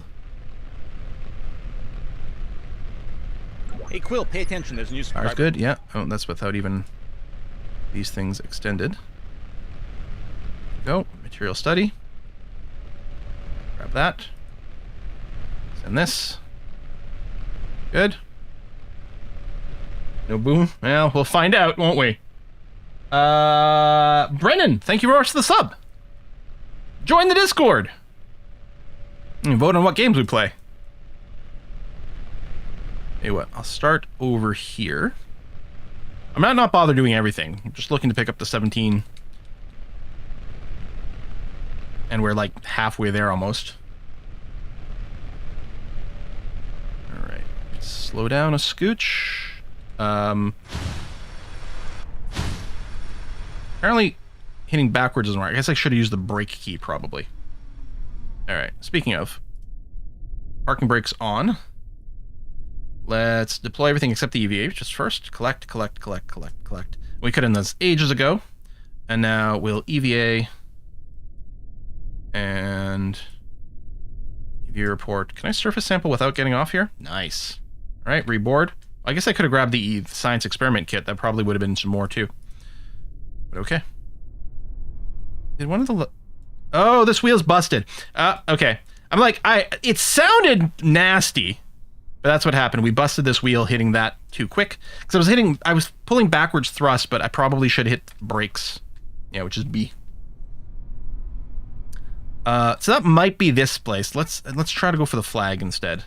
Which is awkward with a flat tire. I think we've got enough science already. But I'm like, I may as well get a little bit more. You get extra points for planking, yeah, on top. We fix a flat? Well, if I had an engineer with a repair kit.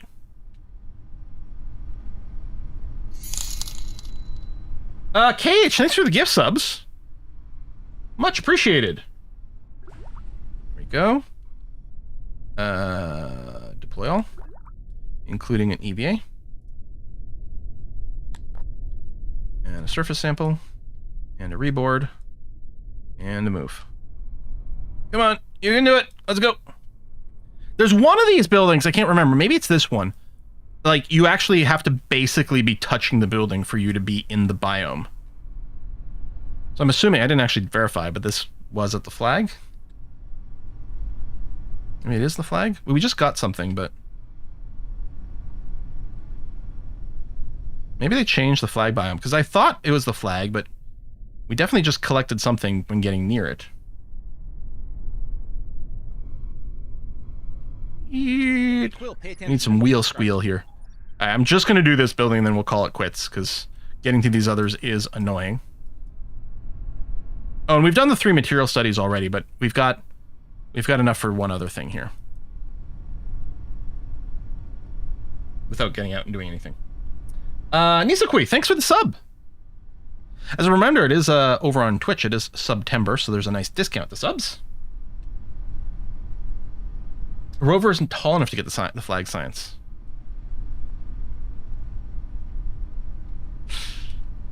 Not sure if serious. See, this isn't cycled over, unless that's what we got there. So I was wondering if maybe this is the one where you kind of almost have to hump the building. We're gonna recover after this regardless. No, maybe. You can get on that platform back there, like on that little stump. Maybe that's what it is. Maybe, oh, when we entered here, we probably got the signs for this. And yeah, you do have to maybe just jump up on there. Okay, I'm gonna call this good enough. We're gonna recover this. because it will give us more than enough science. There we go. We got 208 in total. So we got what? We need what? 14? So we got 64 science out of just visiting in basically a couple locations. Anyway, we'll unlock that for the lab. So I'm wondering if we go and load up the load up this and rebuild the top.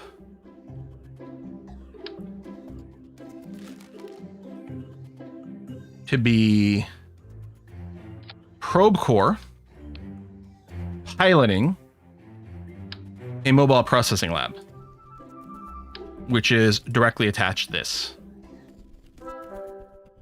It's got more delta V because it's got less weight overall, but we do need some power. We need some antennas. In fact, we'll load up a bunch of power just for massive amounts of convenience. Also, it'd be awkward if we... Maybe we'll just do these round ones. It's awkward if you get eclipse. There you go. That's 1,000 power sitting on that thing. And then we'll litter this with solar panels. And we're not actually planning on docking. We're just planning a rendezvous. Although, we could get a mission for docking in Duna orbit. I wonder, can you dock with the claw?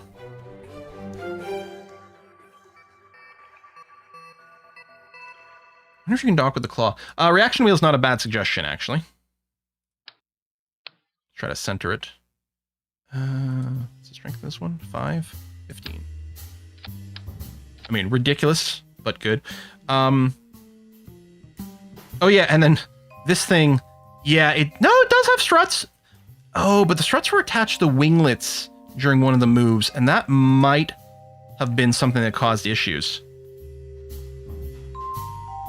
And you know what? I don't think this is necessary because I don't think the physics engine works that way, but I'm going to double up on struts.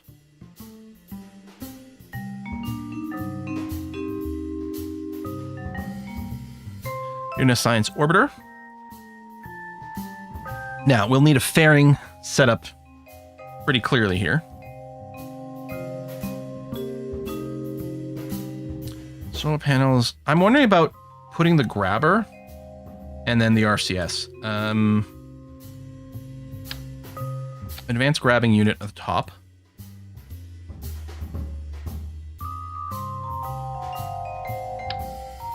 And like a quad block of RCS both ends. This is going to be the majority of the weight, so I think it's the right thing to sort of surround with this. And then I think the monopropellant.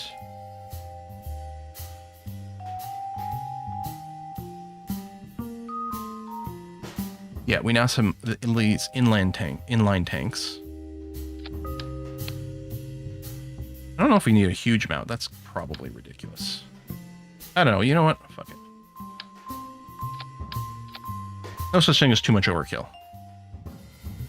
So, this is ways to generate power. Antennas, I suppose. Or we'll put a relay. Relay antenna on the top there would look the best, but I guess there's no actual problem with mounting it, say, here. So it'll fit nicely inside the fairing, more or less. Where do I want to mount the fairing? I guess we're probably going to be bringing the fairing base with us, kind of, sort of, regardless. So maybe I'll just stick it there. Wait, it's under payload, not aerodynamics. Oh, we don't have the super big one.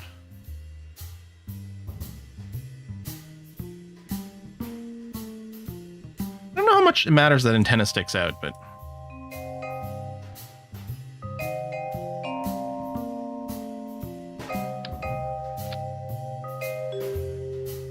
see, that's not smooth. I really don't have the 2 1/4, huh? Or the 2 1/2. Do we just say good enough? It's probably fine, right? So we got the antenna, we got a bunch of power, RCS and fuel for it. This lab, which we're going to want to put one scientist in there. How much room does it have? Yeah, 2. That's what I thought. So we have 1 scientist already on Duna, and we'll bring 1 extra scientist with us. So we'll have to roll that as well. Solar panels are there. And there's enough of them that there's no way they'll get eclipsed in any way whatsoever. And yeah, ridiculous amount of delta V still. Should easily be able to get into Duna orbit with this. And it'll still have the engine on here for the rendezvous, and we can use the RCS to just do the final grab, which may or may not count as a docking, I'm not sure, but what the hell, right? Bring some EVA cargo and other science cargo. That's not a bad suggestion. Well, none of the other science cargo does anything in space, I don't think. But just in case it matters, we can bring, I don't know, some extra ones of those. Oops. And then some more repair kits in case. They're not that heavy. Better safe than sorry. And of course, oh, we need some lights. Silly us, obviously, we need some lights. We don't want to block the hatches. I might just go and block the windows. Tell you what, rather than using these illuminators, let's use these dome lights. And we'll just go into quad mode. And we'll just do this. There we go. Really visible. Important for safety, right? Safety first. Exactly. Did you know the shame bell from Game of Thrones sold for 100,000? What? Wow. That doesn't surprise me. Wasn't I just reading that there was like the auction for the Vader's lightsaber went for something like 3.5 million or something? Pay attention, there's a new subscriber. I know. Okay, let's go and roll a new scientist. So, I'm going to draft a new scientist. It is Eastern Spirit.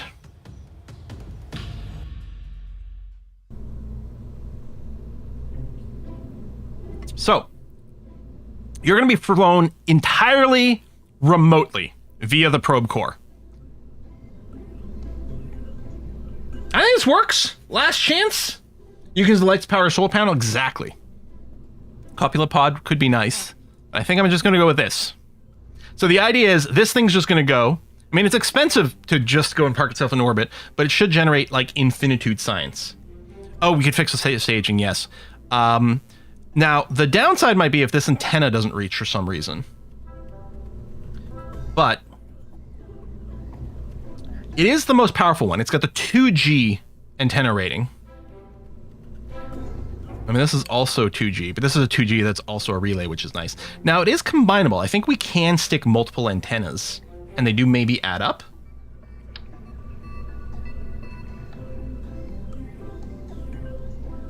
I'm not sure if that's true. Probably this is enough anyway. Well, let's go and do this. Can scientists, in case they get lonely. Well, that's okay. They'll make friends when they get there. It's going to be fine. As long as it's not a 5G. Yep. I do like the soundtrack in this room, yeah. Boop, boop, boop. It's very happy. Okay. Double check the staging. Triple rockets. Oh, we need... No, that's right. Triple rockets, then the supports, then we drop the side pods, then that goes, and then at some point we have this fairing, but we'll be probably manually triggering that when we feel that we're high enough up. All right. All right, I'm not seeing any other emergency warnings, so I'm sure everything is fine. Let's launch. Now, because we are launching this, we literally don't have a pilot. It makes me feel I can never pronounce this right, verisimilitude? I'm never sure how many syllables are in that word. I feel like we should use MechJeb's Ascent module and do this completely hands-off. I think we've unlocked it. Oh, we may not have, actually. That might be a future tech. Okay, we don't have it unlocked yet. But it does sort of make sense, doesn't it? I suppose what I could do is I could go into surface mode over here, where I, instead of using WASD to steer the ship, is I just dial in degrees in here. So let me full throttle, quick save before I make a mistake here. I need to execute this to have this be active. I guess we want, is 90 degrees straight up or is 0 degrees straight up pitch? We'll find out. Tell you what, I'm gonna launch up just to make sure, and then we'll see. again, reserve the rights to revert this one because I'm not entirely sure. But yeah, we'll try to use just this UI to do the launch. Okay, hopefully those struts are lasting now. Okay, so surface, if I execute, if this all of a sudden tries to go sideways, no, good, it's still going straight up, perfect. Because now I can just go and pitch down with this little minus key.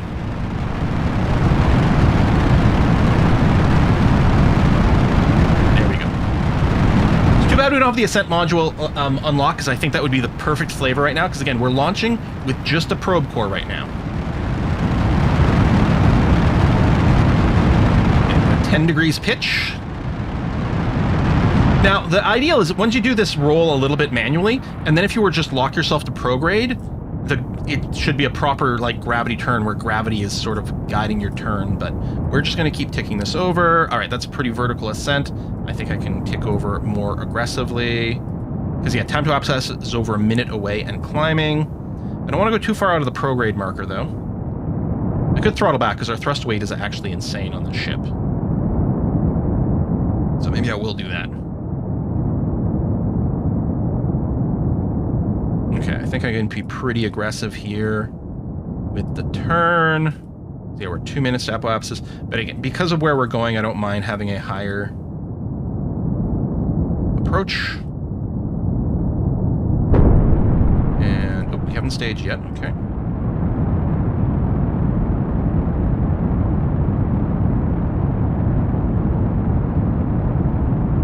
I think we can maybe go straight to 0 here and be fine. In fact, okay, I'm going to go full throttle, stage, and deploy this because the atmosphere is basically non-existent. Apoapsis continues to push up. I think I'm just going to kill this for a moment. Let us get to space. And let's continue to use the maneuver planner for this one because, again, we got a probe core, so I think it makes sense to try to use as much automation as possible. I mean, we could install KOS really quick and program things ourselves. Okay, we are in space. Oh man, I really should have hotkeyed these, or it might be too late for me to do the utility extend solar panels. But let's go plan the circularization, create and execute, and we'll turn on the lights now because it'll look cool. And I'm gonna have to go and manually extend all of these solar panels.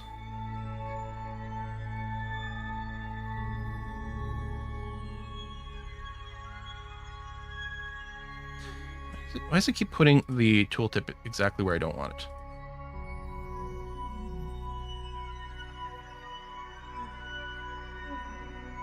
Oh, we're time warping.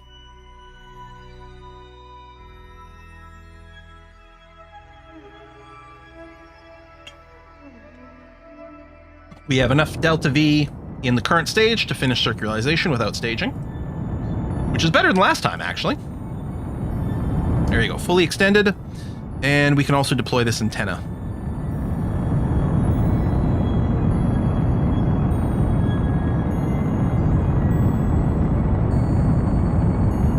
Yes, MechJeb has the auto extend, which I was tempted, but I'm like, I'm not sure once we're in space if we already want it there, and I might still want manual control for the Duna landing because we're gonna have to retract them, and I'd be worried about it doing the wrong thing. So. You doing okay there, Eastern Spirit? I love the stash, buddy. I don't know if you guys can see his face behind me. Oh, no, he's not behind me. There. And camera shift as we go circular. And there's barely any fuel left in the stage, but there is some. Okay. And yeah, we'll do the transfer to another planet. If I tell you next transfer window... Oh, yeah, of course you need a target. Derp. You're going to... Not Ike. Wait, that's weird. Yeah, that's like a moon of Duna, which I didn't realize I could click on from this range. Okay, Duna's been set as a target. I tell you to do this. You'll burn in 21 days. You know what? Fine. You're not going to hit the moon, so that's already an upgrade. And then you do there. Hell, it's possible that this path is going to be more optimal than the other one. This one might get there first. It's entirely possible. But that's looking okay. I don't know that I want to execute this right now. Is there... Ooh, hold on. I want to set an alarm for this maneuver.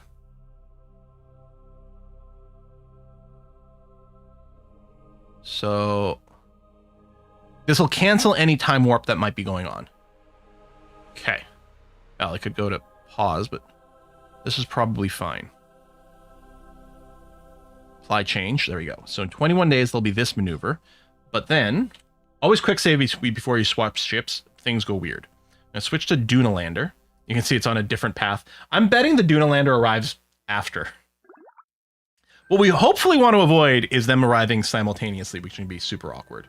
Oh, we got a material study here. I guess we never did the high... Yeah, because we kept saving the materials for... Oh, and they did level up immediately.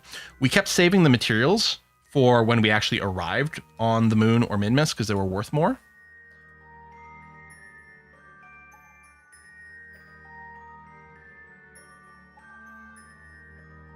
With the intention of we were going to pick it up later when we had one of these scientists and we'd be redoing an experiment anyway. Okay, so you don't have another maneuver. Tell you what I'm going to do though, is I'm going to plan a maneuver over here. I'm not going to actually like make the plan.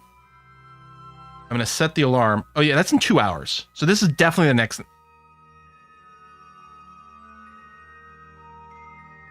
We're really going to get to the moon that fast? Didn't it take like the Apollo program, like, didn't it take like 3 days to get to the moon? Okay. Well, I guess this is clearly the thing that's going to happen next. How do I delete you? I guess I can delete you from here. Clearly the thing that's going to happen next. So, and we can leave open the alarm just to keep an eye on that. But I can just go ahead and time warp these guys. It'll de-time warp them as we hit the moon here. There you go. And it'll go down to times 50. There it is. Enter the moon's sphere of influence. And again, over here at the periapsis would be a great place to adjust our trajectory, but it's too hard to eyeball. Oh yeah, and then when we go over here, 2 days. Yeah, so it's still going to be forever. Okay, go back to super duper fast forward here. So we're going to leave the Kerbin system for the first time. This is actually a great way to get XP.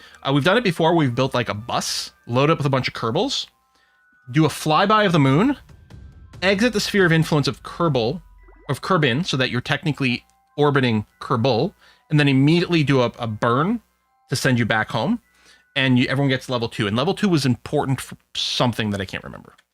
All right, stop time warping. So we're 18 days away before we have to do the departure maneuver for the other guys. But yeah, here we can do a bunch of science. So, temperature scan. It's cold. Turns out space is fairly cold. Open up a mystery goo, collect that. Open up a material study for 50. I still didn't install the crowdsourced science, so we don't get some cool flavor text. We do our first crew report from high over the sun. Atmospheric pressure, turns out it's 0. And then we can EVA. I'm going to EVA specifically with our scientist. We will do our EVA report. Kind of feels small right now. Yeah, we sure do.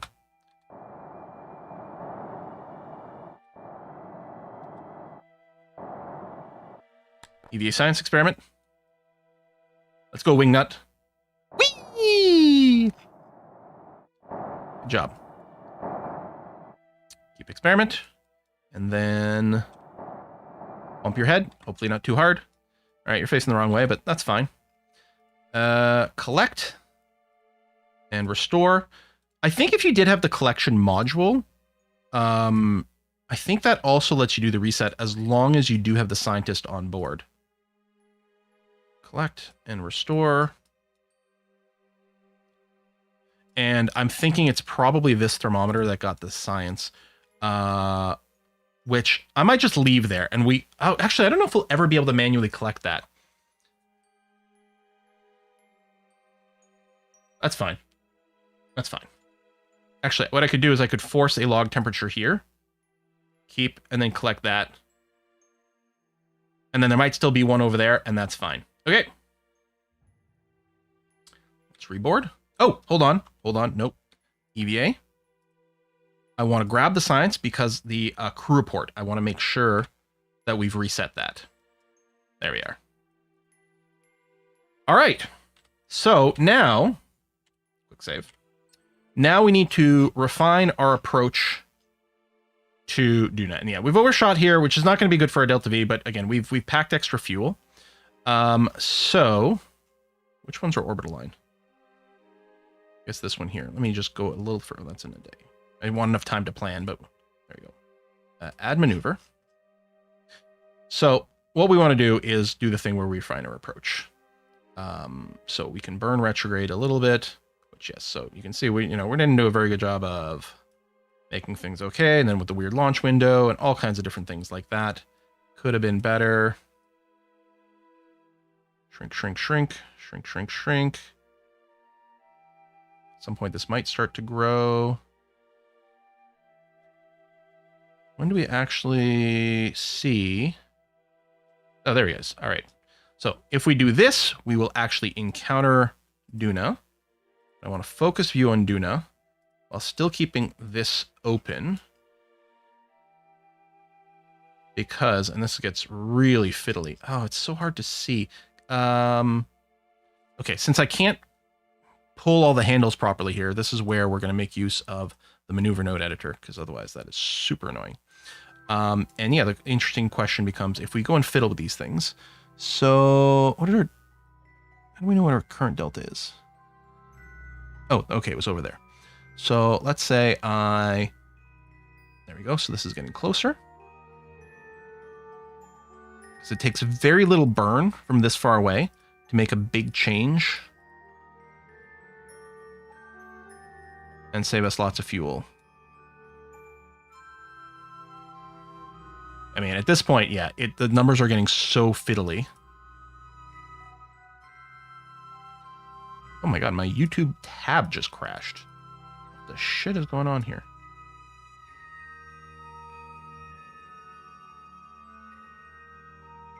Now, this might be very hard to do.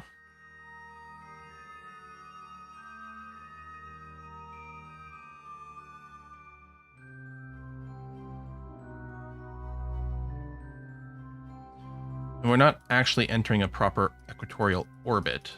But we'll put our periapsis basically at the equator. There we go. And then we're actually too close. Oh my god. Like one tiny click is making too much of a difference here. We're going to have to do some readjustments when we go there. We might just call this one good enough. I mean, at this point, if a Kerbal accidentally sneezes, it'll have a huge dramatic change in our orbit. So we'll call that good enough. But 274 to go from not intersecting Duna at all and missing by like 1 million kilometers to like, yeah, being basically close enough to kiss Duna. That's pretty good. So we are going to do this.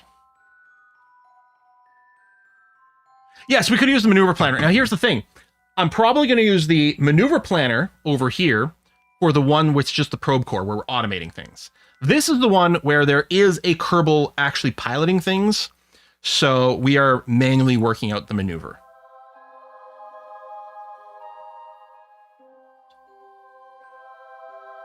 Is sneezing a kind of monopropellant rocket? Yes, exactly. So we can go back and look at ourselves here. We're lined up to the maneuver node. We're about to do the time warp again. Time warping to the maneuver. And then, yeah, we have about 2,000 delta V in this stage, and we're going to use 274. So we're going to use about 1/10 of our fuel. We're well ahead on our budget. Things are looking good. And of course, we could plan specifically to skim the atmosphere of Duna to do a slowdown, which would be excellent. And ultimately, we are trying to, go and interact with the atmosphere. This is a safer approach, especially, and at this distance, again, we can't fine tune that much because there's such like little tiny microscopic variables that are going to adjust because we're making this burn from so far away that, yeah, a microscopic amount of thrust difference has a huge impact by the time we get to Duna. And a while back, the vanilla maneuver planner works quite well. Okay, I mean, we might have to like fiddle with those a little bit more. But, of course, I am used to this maneuver editor, so that's going to be part of it, too. Okay. I mean, we are going to be visiting Duna. It's going to take a while to get there, but you are on course to Duna. Now, one of the things that the alarm, the old Kerbal alarm mod could do is it could set an alarm for these changes. The sphere of influence changes. It would have an icon to quick set it. Oh, no, it's still there. Excellent. So we'll set an alarm. I have to click it. The alarm icon is there, but maybe, oh, hold on. If I right click it, it'll say no. Hey, voyons. Is it just teasing me? Can I just set an alarm on a path? I don't think so. I can warp to there or set a maneuver. I guess I can do a 0 maneuver and then set an alarm. Yeah, if I go click create alarm. Create an alarm for sphere of influence change. There we go. Okay. But it's weird that it shows you the icon, but doesn't seem to make it clickable. Done. All right. So now what we'll do is we will save. We will switch vessels. Not that I guess I can focus the view on Kerbin. Switch to Psi Orbiter.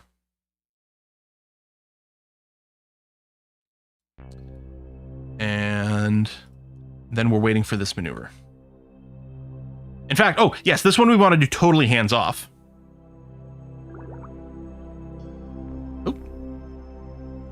Oh, there might have been some EVA signs for a second there. So we're going to tell this to... Oh, there you go. EVA, board. In fact, let me go and do a manual warp for a little bit as we do this orbit. So we might get another biome. We got 17 days before we do our burn here. And it'll be really funny if this one gets there first. And it wouldn't surprise me. So yeah, these flights are so much more complicated with life support stuff. It is fun, but it's also kind of fun to go through a phase where we don't actually have to worry about it.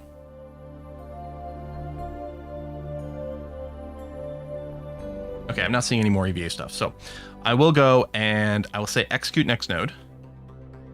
So it'll steer itself to face the maneuver node, and then it's going to time warp for 17 days.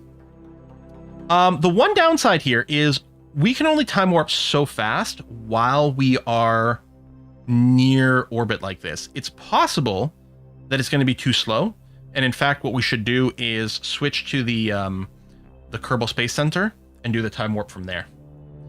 Could set up the auto stage, but I'll probably just do it manually. I don't trust it. Because yeah, I think we might be limited to 50 times. Oh, 100? Yeah, we might be limited to 100 times though, and that is going to take a while. Yeah, abort. Quick save. Just go back to the Space Center. Yeah, the burn timer won't be right now, but I'm not too concerned. And I'd rather use the delta V we've got. Okay, so can I tell it to warp this? Warp next. We trust it? Sure.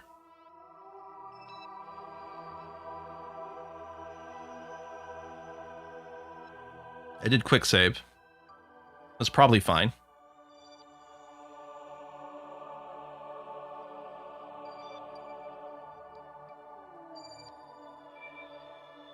Here, let's kill this off completely.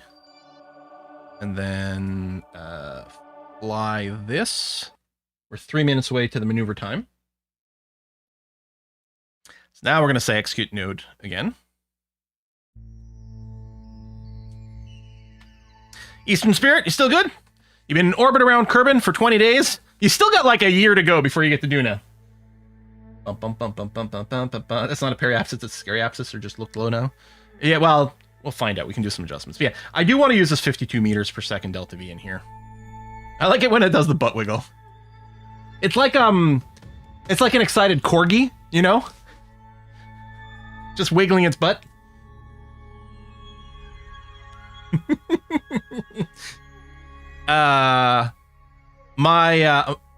Isn't there a song of like my rocket jiggle jiggles? There's something like that. Is that the same song as like my money don't whatever it folds or some shit? Sorry, I'm actually, even with songs I really like, I'm so bad at hearing lyrics.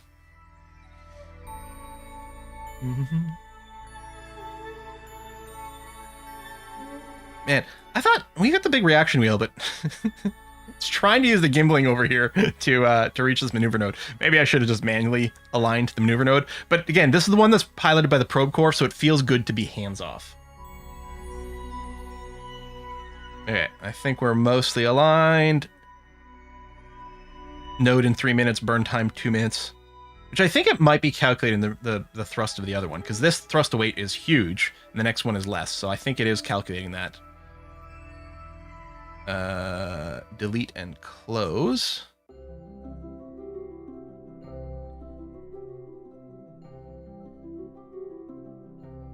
There it is. There it is. All right. Yeah, I think it used to, I think the burn timers used to only look at the current stage, but I feel like it might have gotten smarter in vanilla. There used to have to run a mod for like better burn times and stuff, but I think it's mostly gotten better.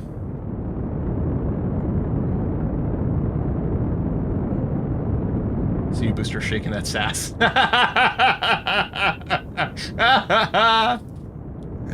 Oh. Yeah, I like the automatic node execution. Not because, I mean, yes, obviously you can use all these automated tools to make the game easier, but that's why I generally like to, this one here I do like the calculating because it's fun. A lot of times I like to manually generate my maneuvers unless they're trivial, but then I still like the automatic node execution because it just feels good. Just pushing that button is like, yes, go now. Let's do it.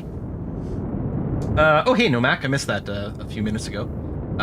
Do you have all this knowledge because you played a lot of this game? You have prior knowledge from real world or hobby-like interest in science and space? Well, I mean, I think most of us here probably have like a hobby and interest in science and space. Whether or not that translates to actual orbital mechanics, no, I think it mostly came from learning this game. Yeah, I mean, you know, I really enjoyed physics. I really enjoyed studying physics in high school, you know, back in the day, and then kept up as kind of a hobby kind of thing. And that probably helped to have certain like baseline sort of just vibes about things. And, you know, I think I've got a pretty good grasp of like Newtonian physics, you know, like intuitively. Of course, because we live on that plane, most humans have a pretty good intuitive grasp of Newtonian physics, even if they're not like consciously aware of the mechanics. But yeah, most of it is learned here. I mean, there's a classic XKCD comic about like how much this person knew about orbital mechanics, you know, through going to university and working at NASA, and then starting to play Kerbal Space Program, and it just like goes off the limit. Because yeah, there you go. Someone else, Sadado says the XKCD comic about that. Exactly. It's just so different getting to play with it in practice. So let's see how well this node's execution worked. We might still have to do a fine tune.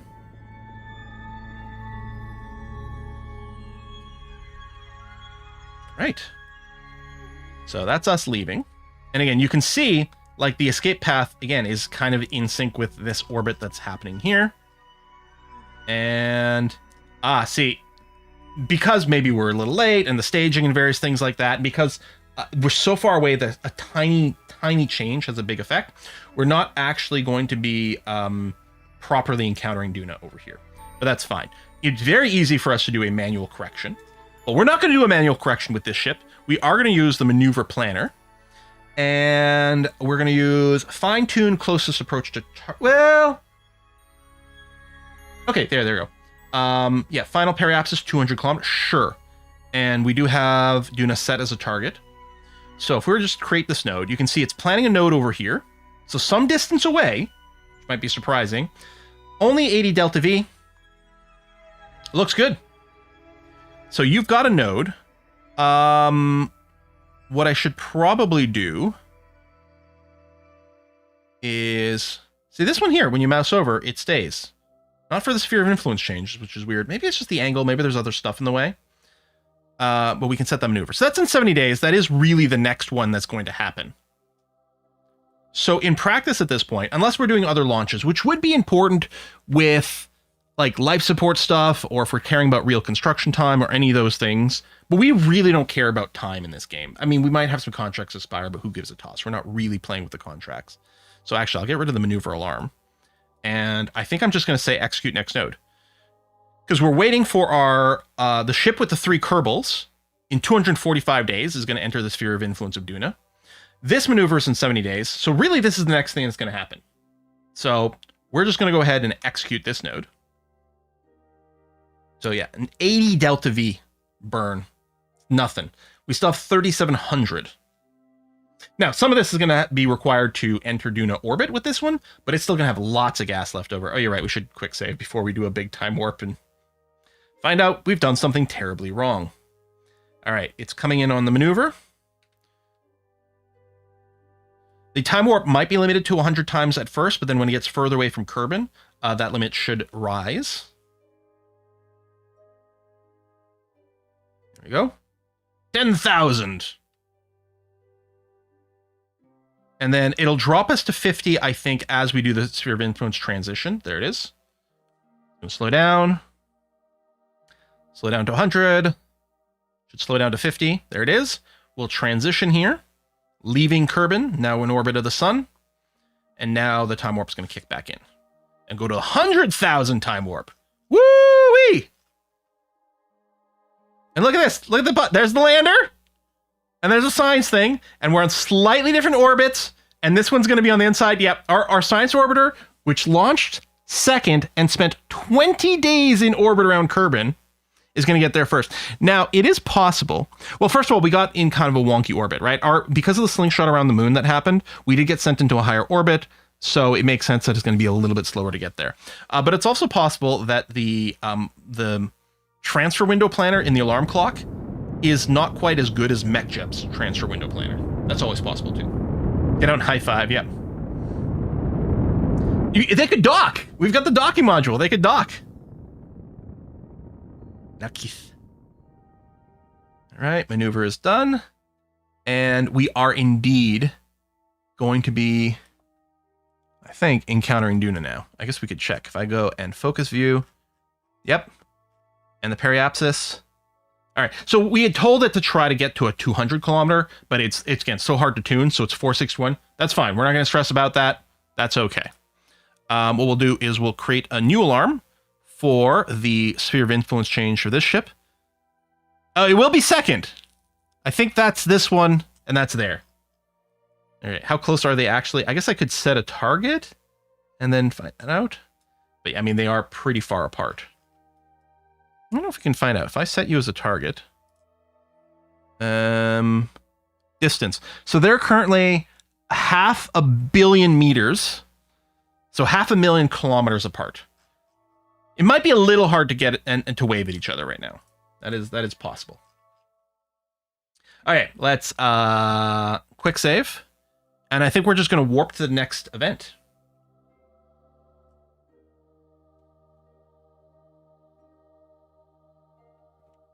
And I think we will have time for the board games. If you missed it earlier, I'm going to repost these links. You'll need an account on Board Game Arena. It is free. If you use my referral link, I get points towards a premium account, which is important for hosting these private games. Now, the one thing that could go badly here. Yeah, see, hold on. You see our signal strength is dying. This ship, the Science Orbiter, doesn't have a pilot station. It has to be operated by a probe. And it's entirely conceivable that we won't have a signal. So I think what we want to do is upgrade our tracking station, which will give us more powerful antennas. So it's 50 G strength. It's going to go to 250 G strength. We'll also start to see asteroids, which is fun. So now, if we go back to the Psi Orbiter, say I would like to fly you. Now our signal strength, there you go. Full bars. Excellent. Also, science? Oh, you have your own EVA report. Oh, right, because we've never turned in an EVA report. That's actually, hold on, that's really interesting. It hadn't occurred to me here. I don't know what's going on with the ship here. Yeah, I can't do this, I think, unless I let go. And oh, I don't think I've got the science module.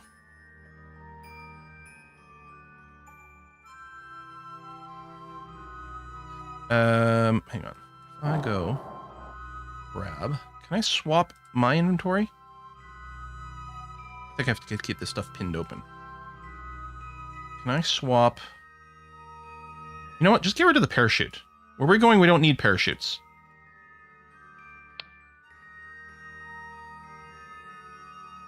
Can I?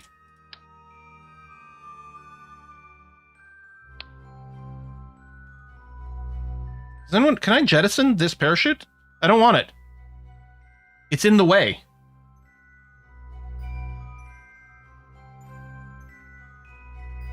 Does anyone know how to get rid of this? No littering around right now. We leave lots of shit behind. I've never found a way. What? Yeah, what if I deploy it? That's a good question. Can't quick save while in our ladder. Okay, well, hold on. Board. Quick save. I mean, it's not like we're worried about the atmospheric drag doing anything for us, but... oh, now it's just armed.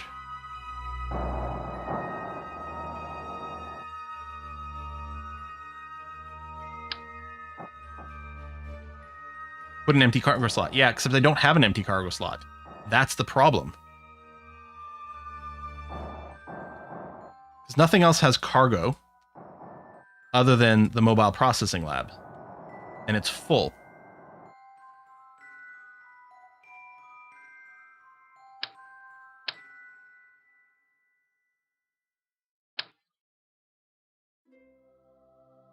Cheat the inventory.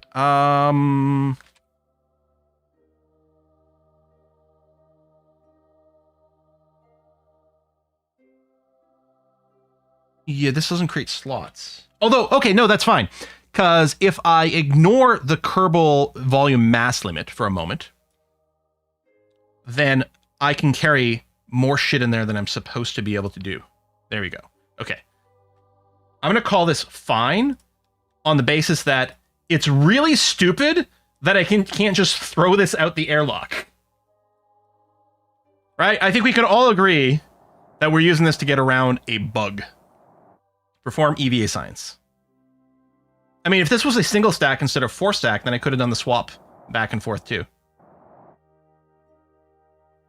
Okay, because what's great about this, now that we've accomplished a little bit of sciencing, is board. Now I should be able to start up science research. There we go. How come you don't have any data?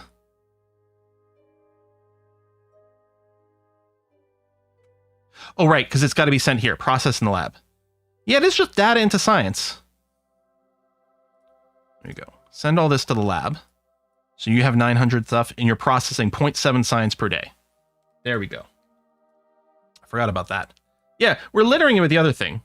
So we should be able to... Can I get a crew report from here? No, okay. But if I EVA again, I can get a new EVA report and a new EVA science experiment. Spin! I love it when the Kerbal loses. Keep that.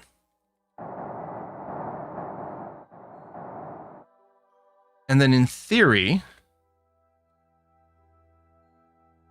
these guys could be transmitted.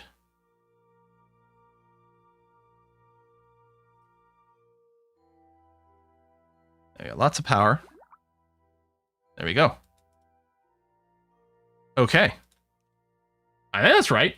And yes, I agree. We should recheck our Duna approach because we may have nudged ourselves a little bit. I think we're still going to Duna. Periapsis may have changed a little. It's about the same.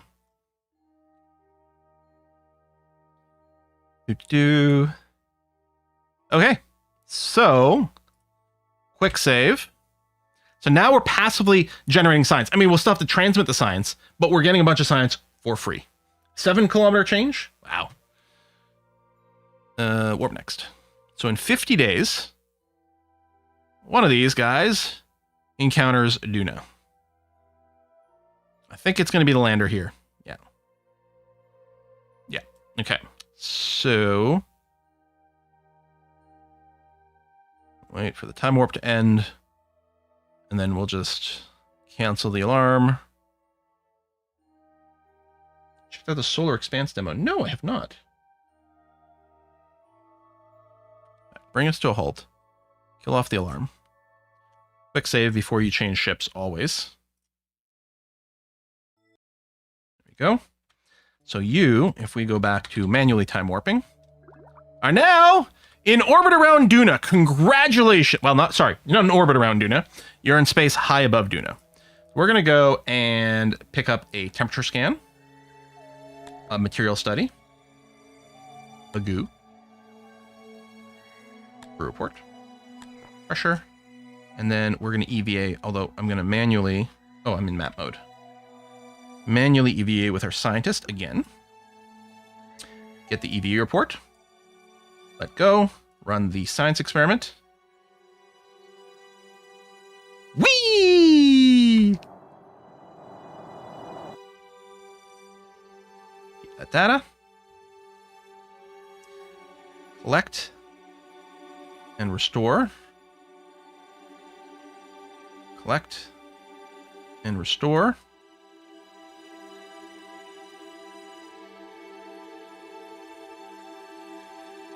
Take. And take. They found to transmit the science from here to the science lab, but I don't think that's something you can do. We need to take everything because we want to take that crew report and then we want to reboard. Excellent. Yeah, we're gonna probably finish the science tree simply from processing this data.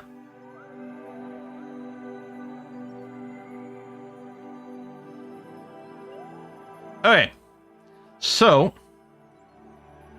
what's the next plan? Luckily, we have several days to faff around, 51 days, to faff around with this. In fact, we can complete this entire mission, get ourselves back into orbit before before the other ship shows up.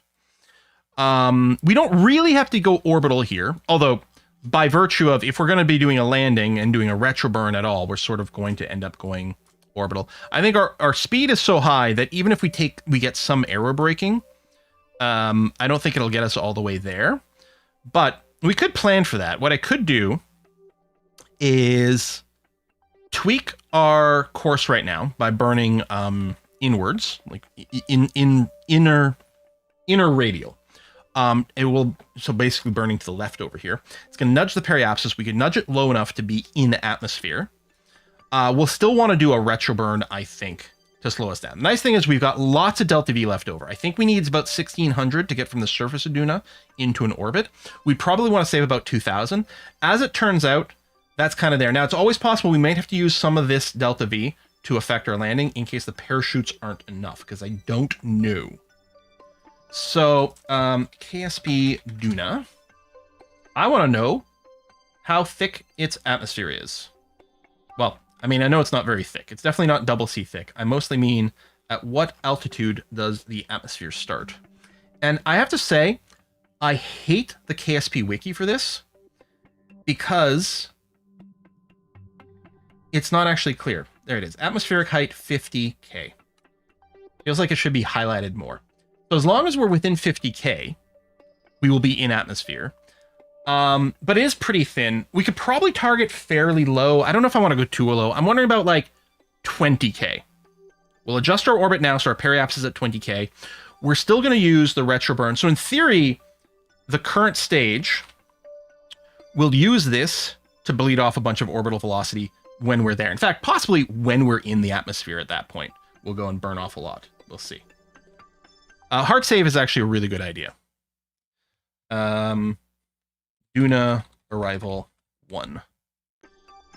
So I'm going to go and let's just bring up, well, I could just go, what is slow rotation?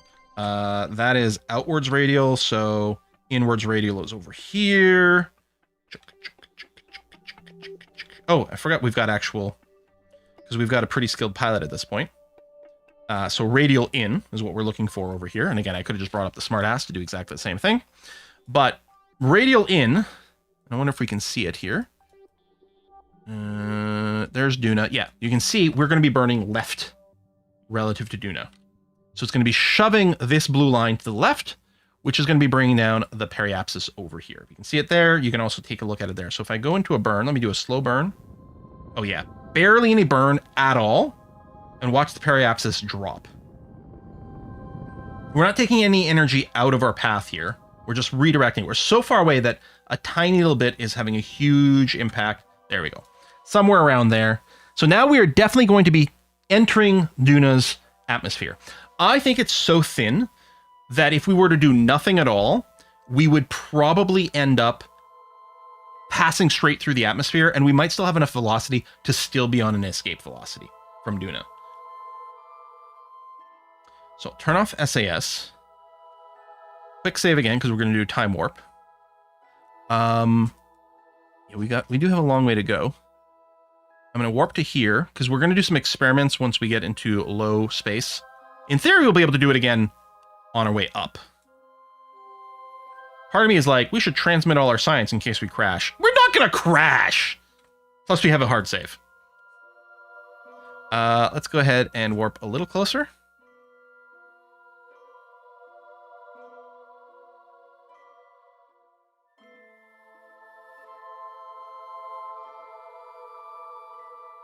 There we go, within 1 million meters. Okay, for the record, we will be entering retrograde will be our goal here.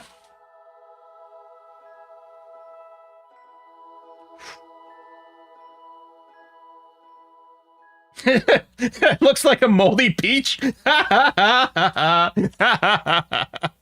really does. Oh, I'm disturbed now. So we got mint ice cream, we got a moldy peach. Excellent. All right, manually time warping here. I don't know what the bounds between upper and lower space, like far and near space is. We're probably coming up pretty soon. I think it's about 170K at Kerbin. Be a little less here, but that's okay. A little quick save. Okay. I'm going to do the... let's deploy all real quick here. Grab. EVA report. Let go. EVA science experiment. Oh, it did an EVA with our scientists, which is good, because I was doing that automatically. That's great. I love it when you spin like that. It's really entertaining. Grab that, collect this, and restore.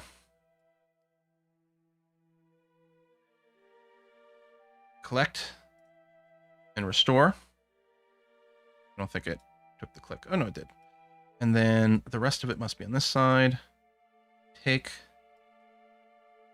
and move up. Take board. Okay. Boom. Close this. Get this. What is? Oh, that's the nut.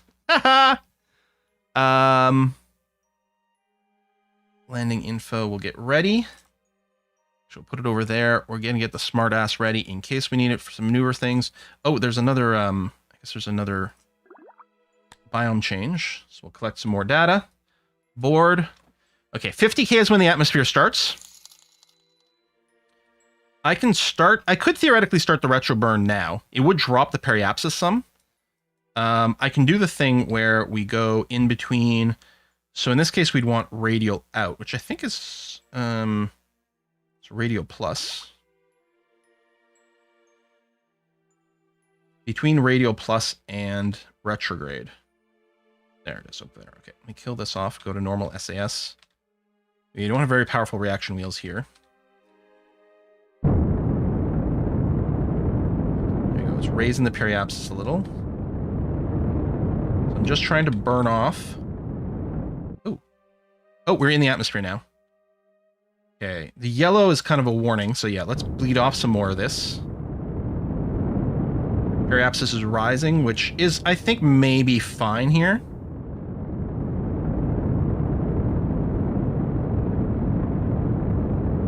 Okay, now I want to bring it down a little now. By burning more retrograde.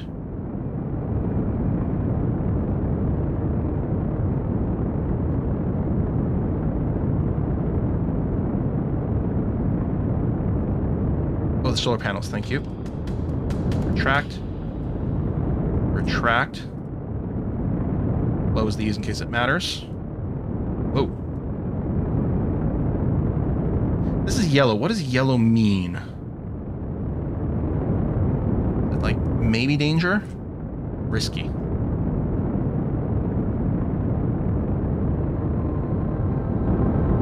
Got a while to the periapsis. So we're in the atmosphere. There's a little bit of atmospheric drag helping to slow us down. Already, we're not on an escape velocity anymore. We're waiting for the drogues to become safe.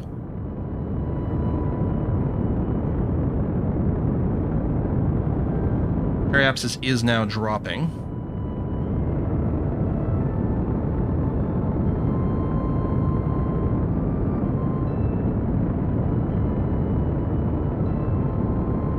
We're definitely going to be landing at this point.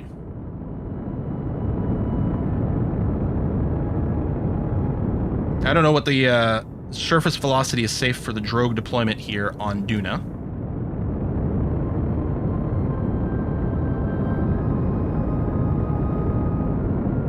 Point, we should retract that.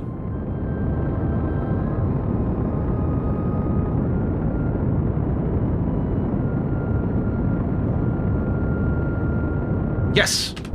Oh, fuck! No, this is fine-ish. Maybe. Okay, good. Woo-hoo-hoo-hoo! Did it deploy the drogues? I'm really confused. Oh, they're armed. Okay. Well.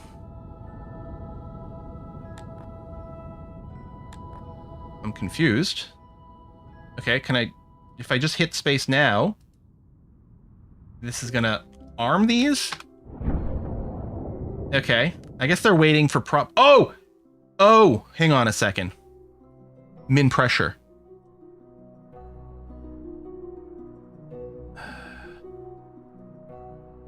No, okay, they're fine. They're just waiting for more pressure, that because its pressure's basically 0 right now. I mean, I can bring it even lower, but yeah, I think... No, there's some atmospheric pressure. Okay, I'm confused.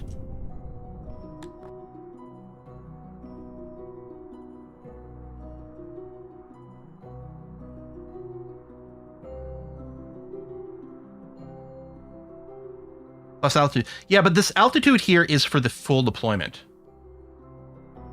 Because this is set to 1,000. This is that's the full. That's not the pre-deploy. That's the full deploy. Although I probably still want them to full deploy as high as possible, because I think we'll probably need it. Oh. Okay, those two just went. Change the pressure here. Yeah, okay, it was the pressure. So that's interesting. This pressure bar, I assumed, was the same pressure bar as Kerbin. So I expected Duna to kind of cap out here, but I guess this is a percentage of the full whatever. Okay, turn off SAS. Speed's dropping nicely.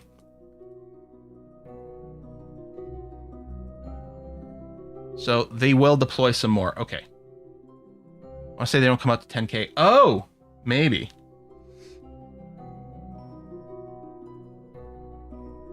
All right, well, the chutes aren't breaking off or anything. We're slowing down. I'm going to go and drop the pressure on all of them. Let's not mess around. And then this one is fully deployed right now because of the changes I made. It's going to come out a little lopsided, but they'll get there. We can change this to terrain. Wow, we're landing on like some high grounds. We're almost 8,000 meters above sea level, but only 2,500 meters above the surface. Extend the legs. Turn on the lights. Yeah, well, sea level. It's still the term that's used here for whatever reason. We might be landing on a slope, which is a little less than ideal, but we're not doing a powered descent. Mystery goo. Atmospheric pressure scan. Temperature scan. Quick save. Let's go EVA report. And reboard.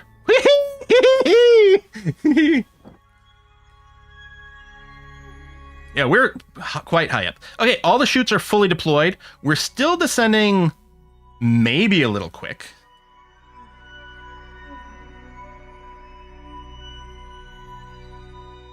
Now, what I can do is force my orientation straight up, and we can do a last-minute little suicide burn.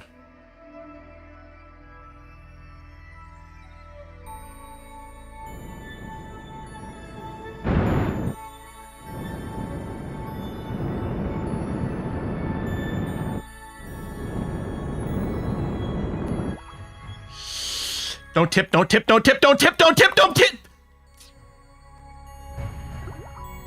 Fuck!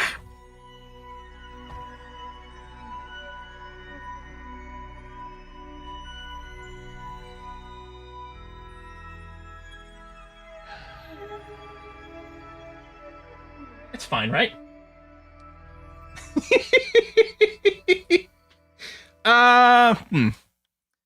You know what? I'm willing. We might still be able to do it. We've got the hard save. Congratulations, just established colony. Oh wow! All right, great. I think we're still sliding. That's always fun. All right, let's get ourselves out here. Let's have the pilot do the first step. But we'll have the scientists do the experiments. This might be a little awkward. Oh, all right. That was, yeah, you got this. Don't worry about it. That was perfectly elegant. Don't worry. We're going to line ourselves up for a nice photo here. Get a flag down. Okay, so we've been naming the flags kind of based on the people, but I think in this case, I mean, I guess we can name it off to 3, but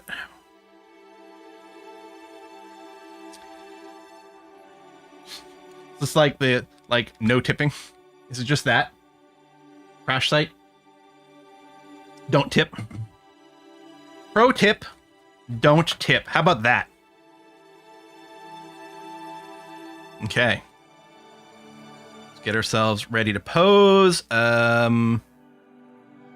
What I do is it square brackets, and then I get back to the... Oh, I think that's the flag. There it is. EVA. Let go. Ah! Thump! Oof. Ow. Call it automatic 18%.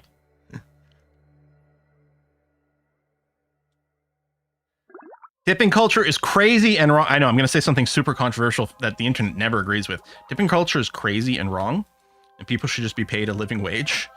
And tipping shouldn't be used as a way to disguise the price of meals and things like that, which is what's happening. Are you dancing? Look at you. Look at you. Oh, look at that. A little posing. I mean, you're excited to be here. You know what? I appreciate that. Okay, I think I got a million screenshots there. Okay, scientist, it's your job. Get a surface sample, please. Thank you. Traces of water in the soil. Wow. An EVA science experiment. I think this is the golf one, right? Yeah. Yeah, and the ship is slowly sliding downhill behind us. All right. Good job. Keep that. And then you can do an EVA report. That's fine. Whee! All right. Good job. Everyone get back on the ship. I mean, we would like... Okay, should we do the... we'll try to see if we can get a rock sample.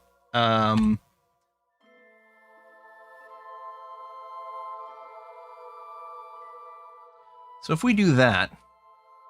Okay. See, these are tiny rocks. I think this is what we're looking for.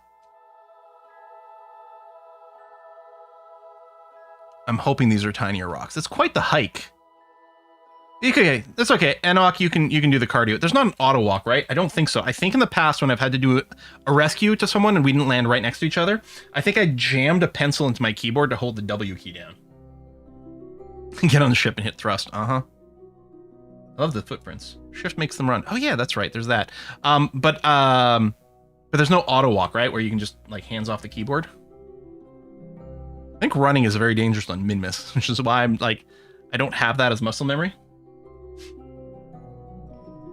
You remember that rescue? Yeah, I think I did a video, like I did a time-lapse video. I literally ran it because it was like, because I set up the keyboard to auto run and then I set the physics. Oh, we can set the physics. Oh, Is it Alt? There it is. Okay, so now we're physics warping.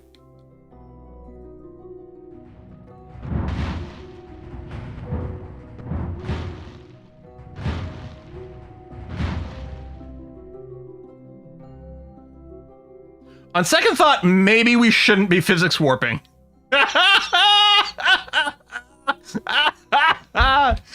Oh, fuck. You know, it's fine. As long as nothing goes boom.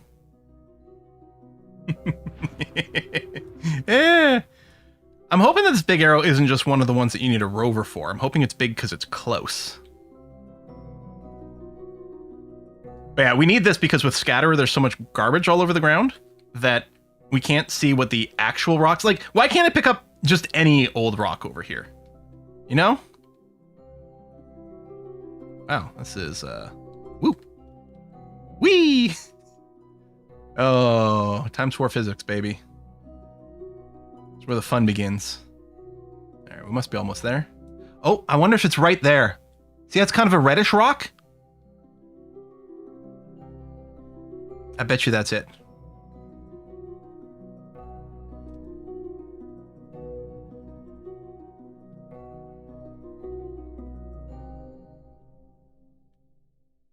Hang on.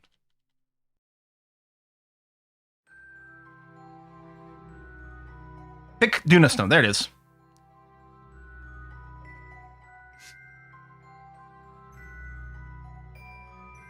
Nice. Excellent. Now, does anyone remember where we parked? And is our vehicle still going to be where we parked it? I guess we can follow our footprints. That's great. I mean, I'm assuming they fade out after a while. Looks like... Oh, no, that's when we went to old Jumpy Jumpy. Oh, yeah, hold shift. I don't know why she spins like that. Dude, where's my ship? I've never seen Dude, Where's My Car? I probably should watch it. I mean, who doesn't love a good stoner comedy? For me, it's Harold and Kumar. Just so ridiculous and so wrong in so many ways. Well, okay. Or maybe it's Big Lebowski. I'd say, here's the thing. Even though it's clearly a stoner comedy, I don't think of that when I think of stoner comedies. That's more of a... I don't know what you call it. Now, the thing is, where the ship was before wasn't actually all that bad for a launch. And I had faith that we'd be able to go and take off. It might be a little awkward, but now I'm a lot less confident that it'll work out. If we had, God, you can almost shove it up. If we had a more powerful reaction wheel, first of all, we wouldn't have fallen over. And we'd probably be able to save the thing. But we'll see. There was a... that's the other problem is now, can I seriously not get aboard? We may have to reload from the safer save. Oh, there's a grab that shows up from time to time.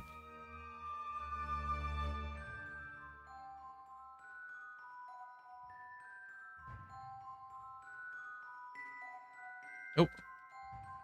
There's like a pixel.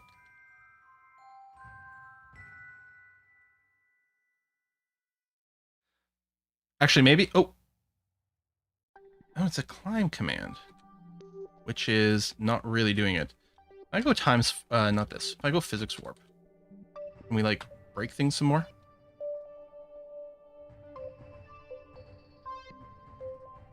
We may have to revert to just when the ship... Oh, there we go. Grab and board. Okay. Stop the space warp. Okay. 'Cause I'm a little curious... No, see, if this was Minmus, we'd be able to right ourselves, but I'm not sure this one will.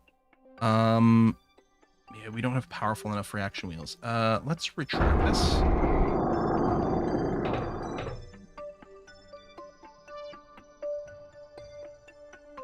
I'm just trying to roll a little bit there. That should be a little easier for the rest of the crew to come in.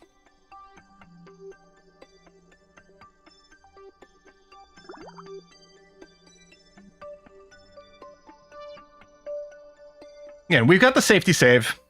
I'm not opposed to reverting to it. Yeah, if I can desync the legs and only open a specific one, I'm not sure if we can break the symmetry on the legs now.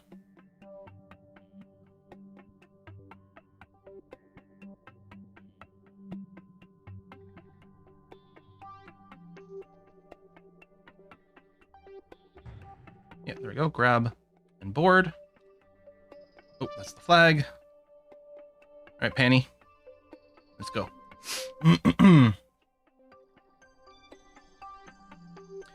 Engineer can move the... Oh, that's true. We could... Oh, that's interesting. Could an engineer... Could Panny remove the leg from here, attach it to the front, and extend it so that we're tilted at more of an angle so that we can launch?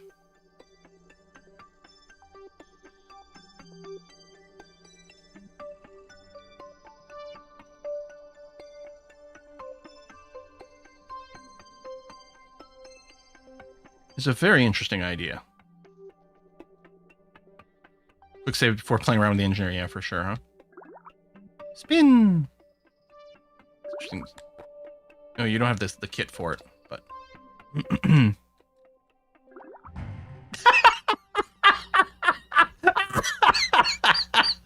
Oh, God. I love these Kerbals so much. Oh, there's a little pop-up for it for a sec there. I was wondering if I could jump.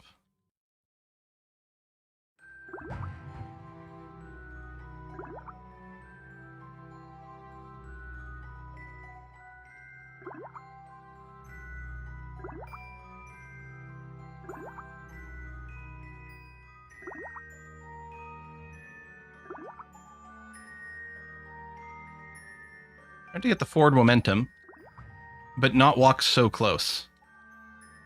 Maybe I can just get on this bit and then reach up there. Jump plus jetpack is interesting. So there's too much gravity for the jetpack to actually raise us here, but we might be able to get a little bit of a boost. Oh, yeah, shit. Okay. So, wait, how does this work?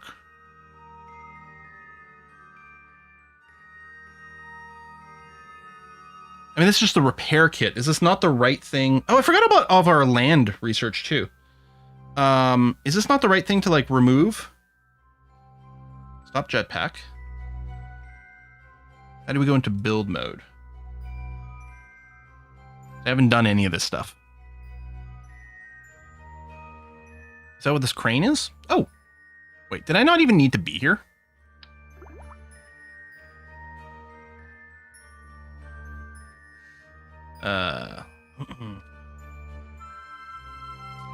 Oh, why is this not...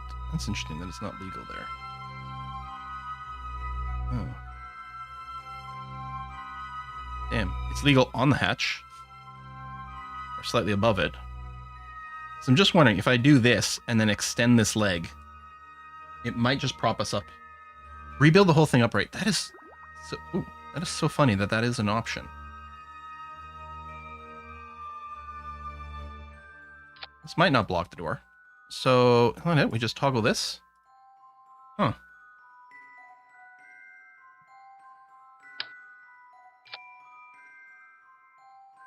Will only function deployed by a Kerbal.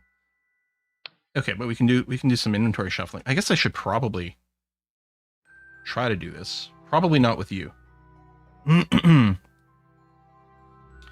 But, out of curiosity, now that we've done this. Oops, that's not the button.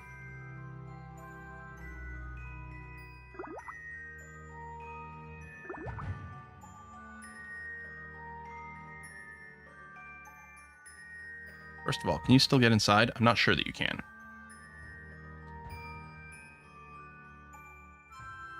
Physics! Okay, we just need to have that happen at exactly the right time. Oh, okay.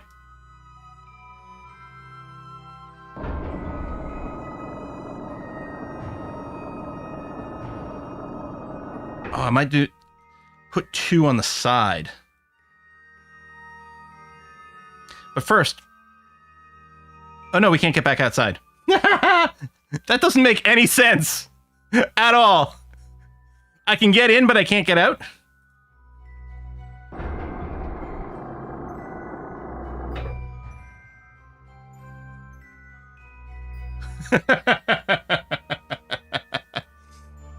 Okay, I'm fully prepared to just do a reload, but I kind of want to see what happens if we try to launch right now. I Kind of want to see what happens if we try to launch right now. But yeah, if we take these out and we put a pair on both sides over here and just lift, just to try to get a little bit of an angle. But the idea is we're going to try to face up. I think we're probably going to scrape too much. No, the build mode button is gone, eh? So we're probably going to reload, but let's see what happens. It's fine! I don't know what broke. It's fine. Nothing to worry about.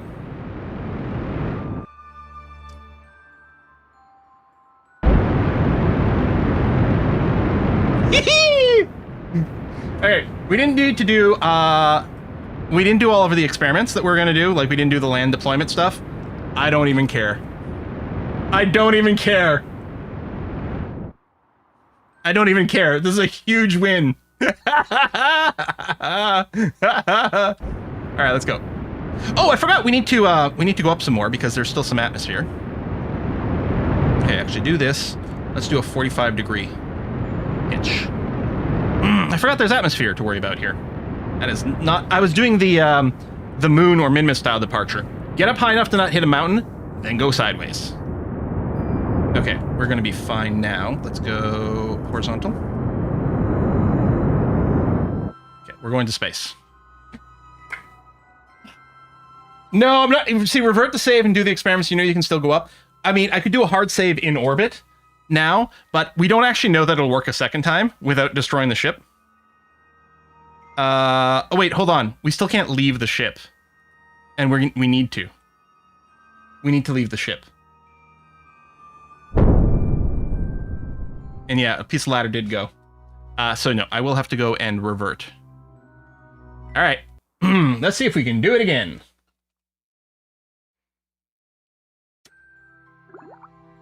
Jesus Christ. The crash landing here.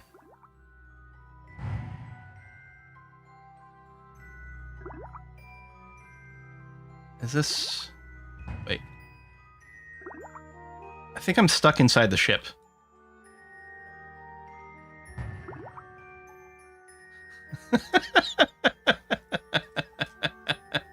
Although that is actually helping us. Hang on a sec. Although that might lead to this getting damaged. Okay. Let's go ahead. Can I manage their inventory from here? Yeah.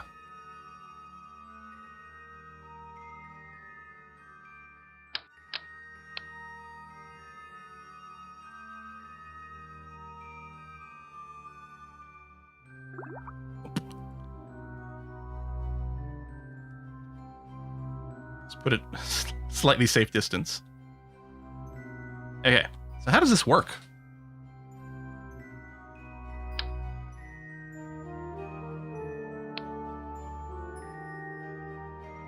Ah! Ah! I've never done this. All right, that's our power generator, I think. Ooh. Ooh. Ooh, okay.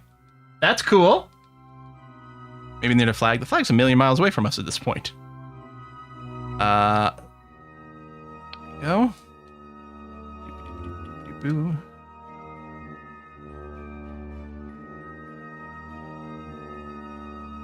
It's you.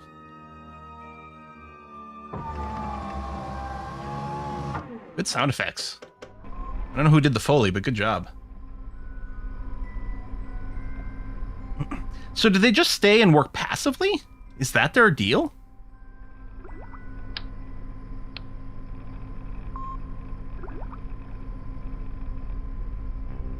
Oh, do we have to come back and collect it again, which is why you said near the flag? I mean, I don't remember where the flag is, but it's not far. I guess I can plant another flag. How about I do that?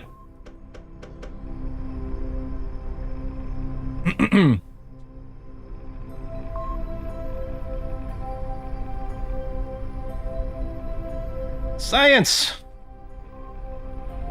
There. It'll auto-transmit. Cool. Thermal control. Power needed to low voltage. Power state unpowered. Did we not bring enough power? Whatever. How's this connected? Power state unpowered. But you're the power generator. How can you be unpowered? We probably need more of these power stations. Maybe the sun is too dim. I have a weather analyzer. I have a control station. And I have power. Did you have an engineer activated? Oh, is that what you need? I don't know. Let's put our scientist away. I'll bring the engineer out and see if there's an interaction there. Weirdly stuck on the rock.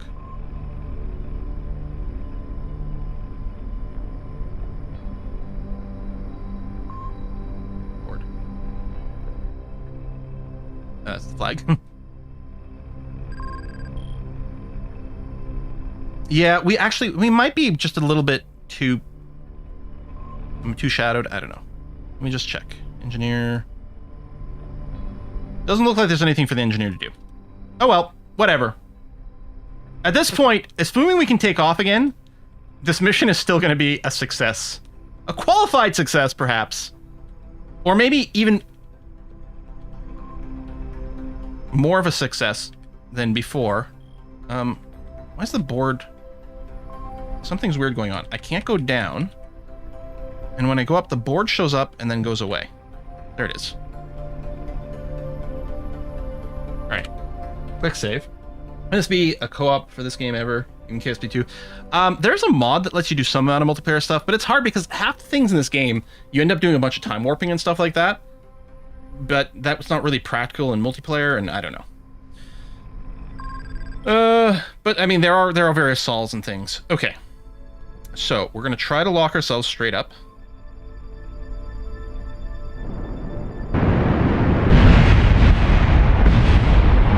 See, that's what I'm worried about. We took off one time.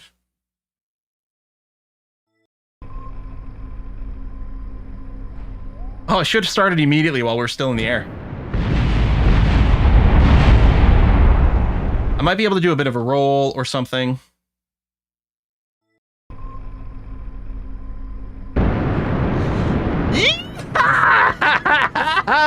You saw nothing. Everything worked perfectly fine the first time. Yeah, baby. We're going to space today.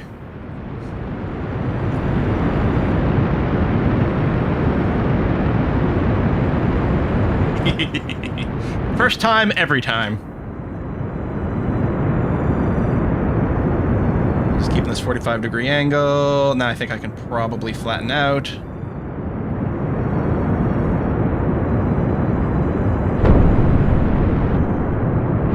Oh, we're getting the sonic booms.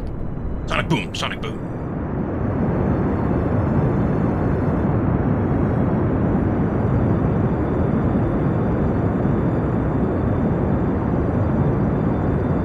All right, we're going to space.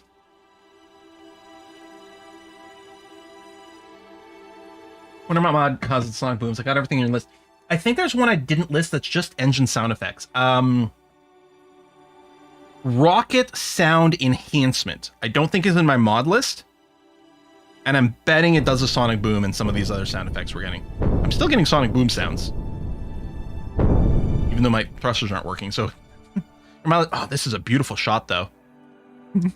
Look at this! And there were no problems with this Duna mission whatsoever. Yeah, I gotta remember to throw, like, excessive reaction wheels on these things, just so that they can hold themselves upright on a slope. Although sometimes the problem is you do that, and then you EVA, and then the SAS turns itself off, and then it falls over. We've seen that before.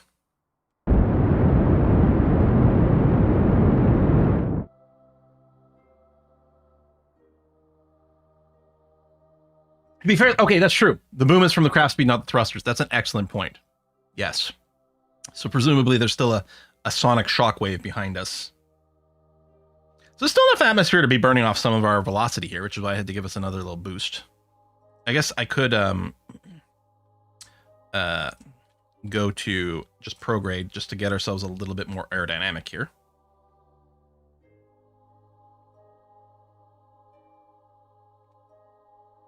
This is from a mod I have. There's an option to tether your legs to the ground now. Oh, to avoid exactly that sort of thing, huh? Okay.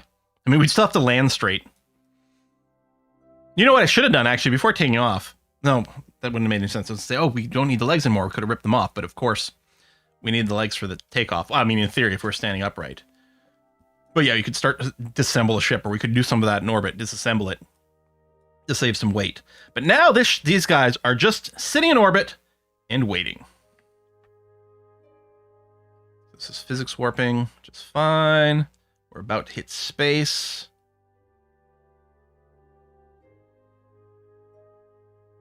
Take longer than I thought. There we go. Time warp. Now we're in space. So now, properly go to this, and we can deploy our solar panels again. Oh! We did break one of these. Okay, we could fix that, though. We've got repair kits and shit. That's fine. That's fine. And, I mean, we've got the power. Yeah, power was going down. Power's going back up again. We did have a couple of static solar panels as well to help with that. So what we're going to do is we're just going to time warp, get a little closer to the apoapsis.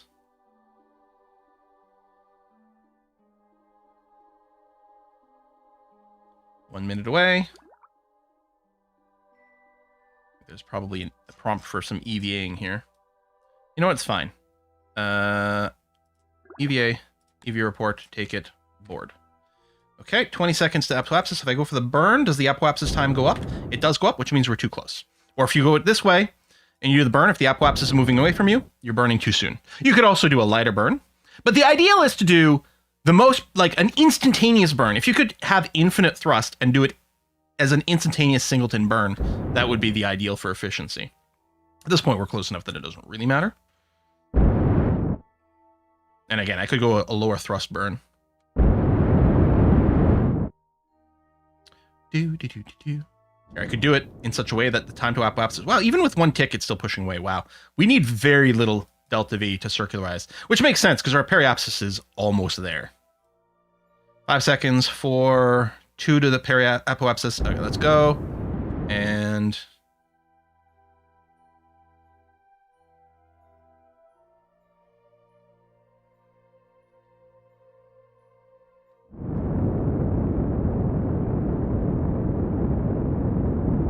good enough. All right.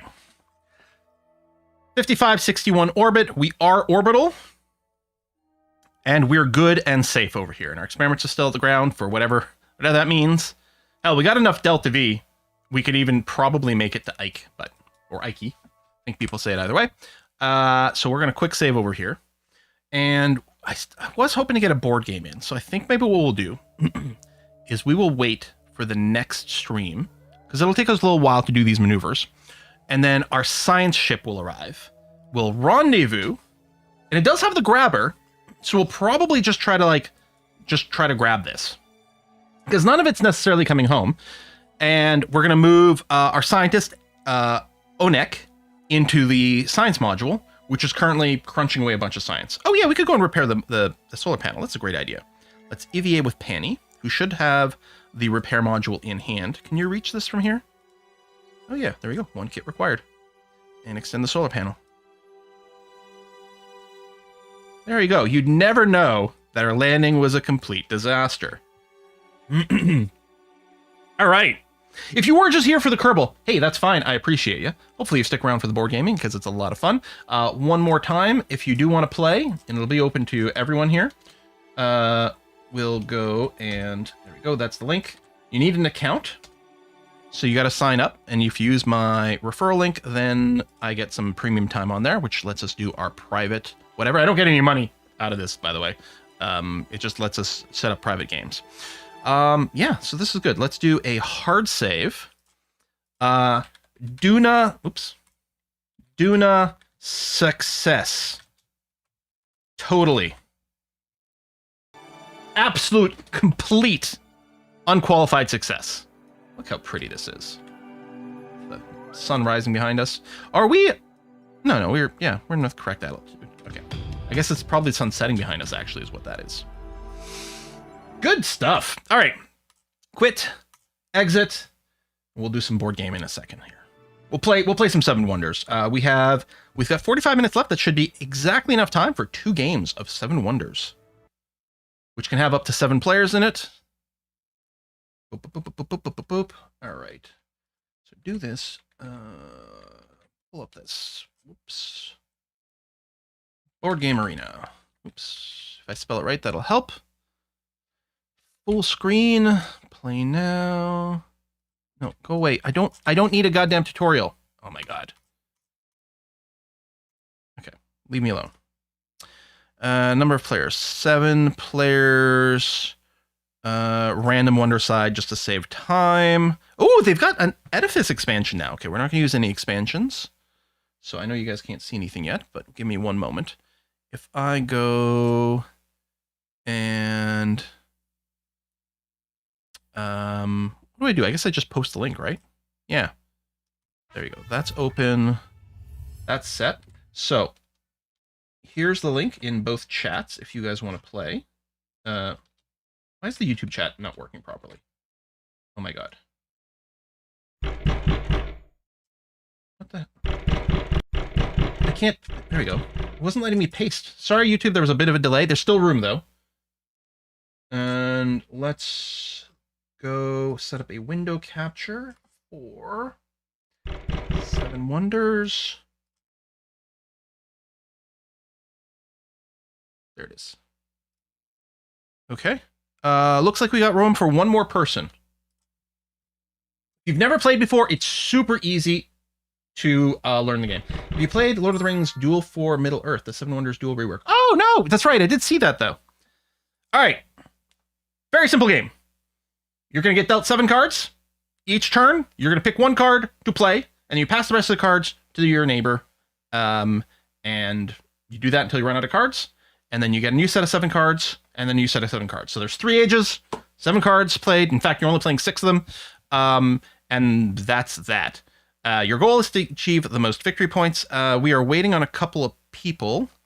Although, hang on, if I refresh, sometimes you have to refresh this. Go to game. There it is. All right, we're in. Good. Okay, so we all got a wonder. We all start with $3. I am neighbored to IR Jelly and Kyle Lemons. We got a lot of new players. And I am playing as Olympia. Oh, yeah, the status tree of Zeus and Olympia. I don't particularly care for this wonder stage. Build the first card of each color for free if we can rush it. But I need stone for the first stage, and none of my neighbors or myself have any stone. I could put down a stone pit, which is probably not a bad idea to get some industry started.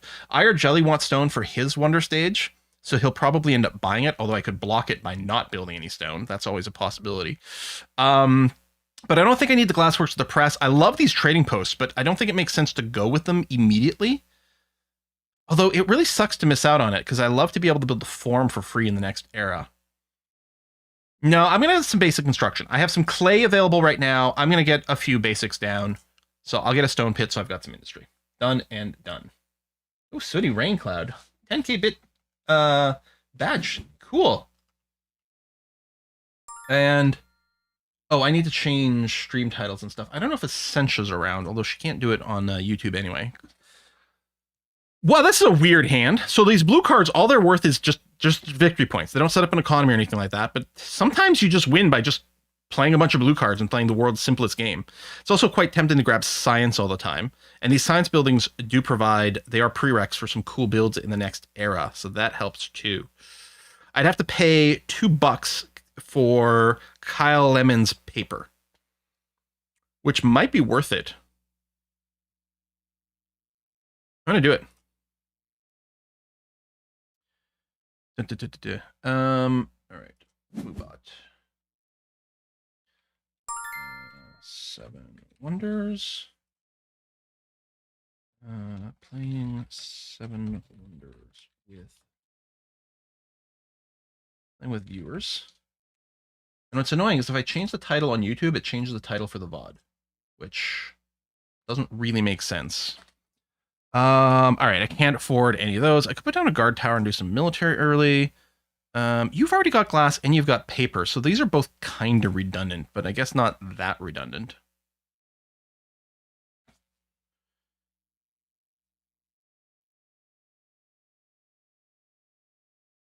Yeah, gloss. You know what? I'll take paper. I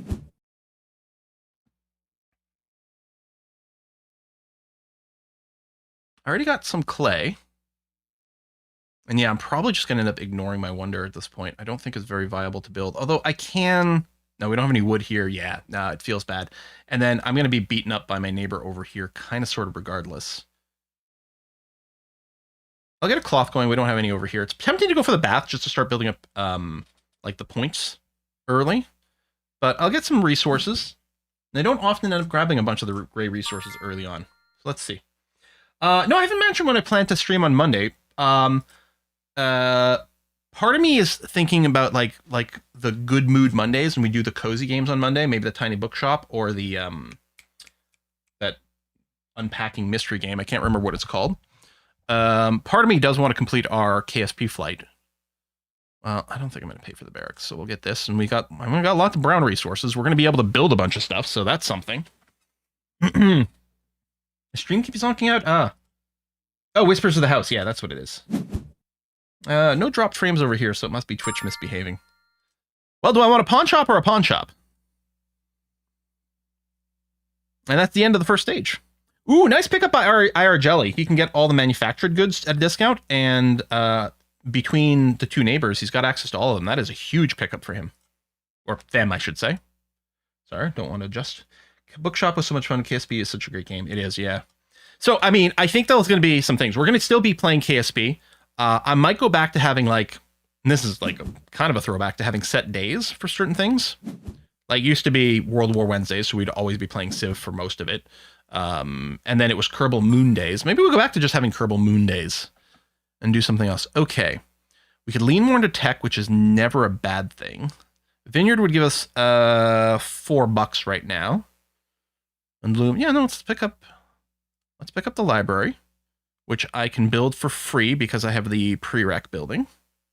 I have the scriptorium, so I get to build this without needing the resources, which is good because, well, actually, all I have to do is buy 1 stone, but it's saving me $2, so that's all right. And then maybe we can stack clay tablets for victory, although IR Jelly's got it. One thing to note, in the first round, we were passing clockwise. Now we're passing counterclockwise, and it'll flip back. So I'm receiving cards from Lemons and passing to Jelly. Okay, the form is quite interesting.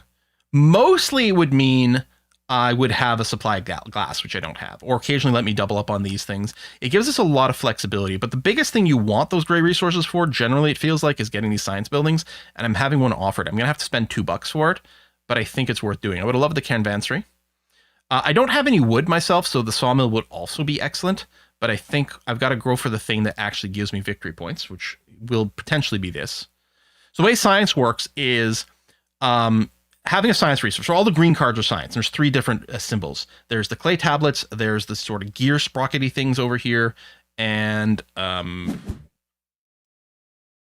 yeah, these the sort of compass, right? I'd say compass more than the caliper. Yeah, compass. So you get, if you have 1 copy of a symbol, you get 1 point for it. If you have 2 copies, you get 2 points for each of them, so 4. So it's number of symbols squared is the points value of the things. So getting more of the same is good, but also for each set you complete of 3, that's 7 bonus points on top of whatever they're worth natively. So I can get the statue without paying any resources because I've got the precursor building for it. I could pay a lot for walls. Right now I'm looking like I'm going to get smacked around by both my neighbors here, which I don't love, but I also don't love paying 4 for walls here. I could pick up the glass because that would give me glass by itself, although again, I do have the ability to buy it from a neighbor, so it's not the end of the world. I think we'll go statue. When in doubt, victory points are never bad.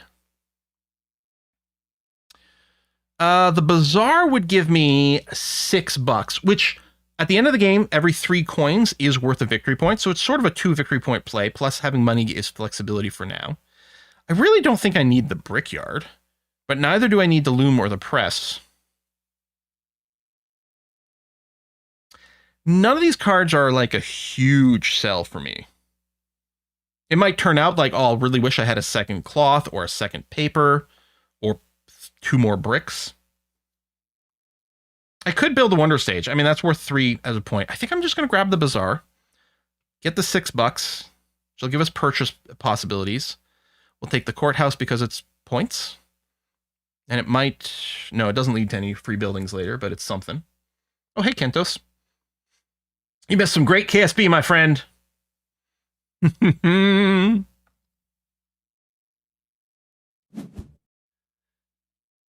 Yes, Emmerich, didn't I acknowledge that earlier, or did you leave a YouTube comment? Did you send me a message on Discord? I did see that. But apparently, Whispers of the House is by a Taiwanese developer, and a lot of the references are specifically for Taiwan, which I didn't know. And Taiwan, very influenced by Japan, similar vibes. That was incredibly helpful. I can't remember. I'm sure I saw your message, and I don't remember where I was. Maybe you said it earlier in the stream. I thought I'd read it out loud, but I guess not.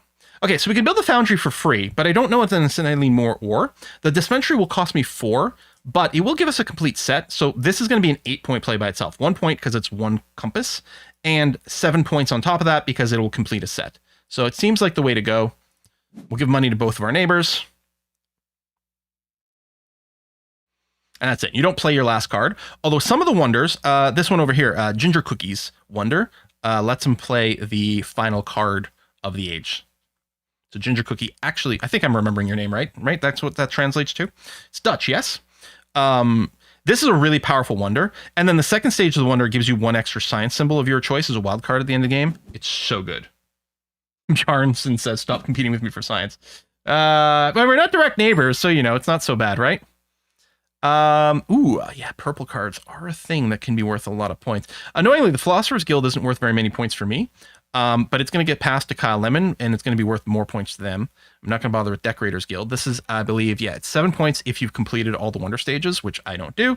The Workers Guild would be worth, well, currently 3 points, because it's 1 for every brown card with my neighbors. I don't think it's worth me pursuing any of these. So we're just going to go for Science! Usually go by Gingerbread Man. But Ginger Cookie is the official translation. Roger, roger. Yeah, I think we keep working on science is the way to go here. That's not going to do anything for us. That Lotus isn't going to do anything for us. Let's pick up the Lodge. I mean, the Academies would also be good, but it's the same symbol, and that's not free. And the fact that there's 2 in one hand, I was going to say, might come back to me. So this is something that happens a lot. I'm used to playing this game with 3 or 4 players, so you can see the cards come back to you sometimes. That's not going to happen here. In fact, if there's any chance a Lodge is still about to come, what I should do is pick up the Academy and hope that another Lodge is coming my way, but no way to guarantee that, because you can't get a duplicate of the same card. So this is a 2 victory point play. This one's a 6 victory point play, the Traders Guild. And I literally cannot play the others. You can always go, you can consume the cards to build a Wonder Stage. So I can always burn a card here to get 3 victory points, and that's not too shabby. And if I did get the second stage, I'd be able to build the first of any color for free, which at this point would just be a military card for free. And the other thing you can do is you can always discard them for $3. But yeah, I think I'll get the Traders Guild here. So unless I'm miscounting, is at least a 6-point play. Oh, more so, got an extra yellow card. So it's 7 victory points from that, which is nice. Arena does nothing for me because I don't have any Wonder Stages. Okay, so the Senate is guaranteed 6 points. This Siege Workshop could be worth a lot more. Or it could be worth nothing. Military cards are so stressy. Let's do it. We're passing to the right. Unless Kyle Lemon, and I don't know why I passed him last time. Part of me is like, I shouldn't be saying this stuff out loud. But okay. If I make sure no military card gets to him, and there's no way to block that. Amazing. All right. Maybe he won't be able to build them. I don't know. Getting past 2 military cards. I might still beat Jelly, or Jelly's going to build a military card, which means the military card I played was a complete wasted turn, and I could have at least instead played the courthouse or whatever it was for 6 victory points. Why did I let myself get baited into going the military route? Every now and again, it leads to a huge last-minute point swing, which is amazing. Well, I can't build the study. I could discard it for $3, which would be worth a victory point at the end, but I may as well play the town hall. It will cost me $4. So effectively, it's only a 5 victory point play, but that's still better. Out of my 2 neighbors, who's got the most points? Okay, Jelly's currently at the bottom of the points track, so we'll split the money that way. This is such a lovely game. Oh, interesting. I'm still going to be both my neighbors militaristically. That was unexpected. Maybe Lemons couldn't play the military card for some reason. There might not have been the ability to buy the resources. And I mean, there was maybe less incentive for Lemons to do it. Especially maybe Lemons hadn't finished their last Wonder Stage. I'm not sure. Just because Lemon definitely wasn't going to be beating Ginger Cookie. Look at the military bullshit going on the southern part of the screen over here. The arms race was ridiculous. And then we had mostly a peaceful game over here. But yeah, I'm going to beat most of my neighbors. So the way military works is every time you get beaten by a neighbor, you get -1 point. But every time you beat a neighbor, you get, depending on the stage, 1 point, 3 points, or 5 points. So winning the military at the end is huge. Oh, did I just... Okay, first of all, this is perfect adaptation. No, escaped. I won, which was unexpected. And then I'm going to go and thumbs up all the people I played with because y'all are lovely. And we're going to play another match. In fact, that took less than 15 minutes. It might have only taken 10 minutes to play. We might be able to do a little bit more here if I'm quick enough. So I'm going to go to play again. And I'm going to... Is it here? Yes, here. Copy the link. Paste the link again. Join in. Ginger Cookie, you had to defend yourself. Yeah. There you go. Round 2.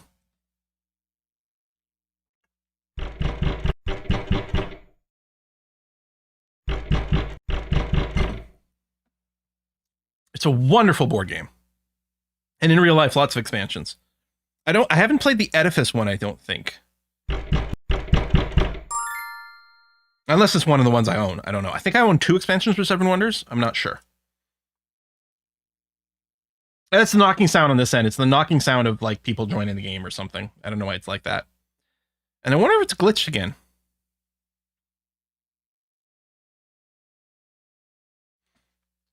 I'm just going to refresh once more. Go to game. Yeah, there it is. Okay.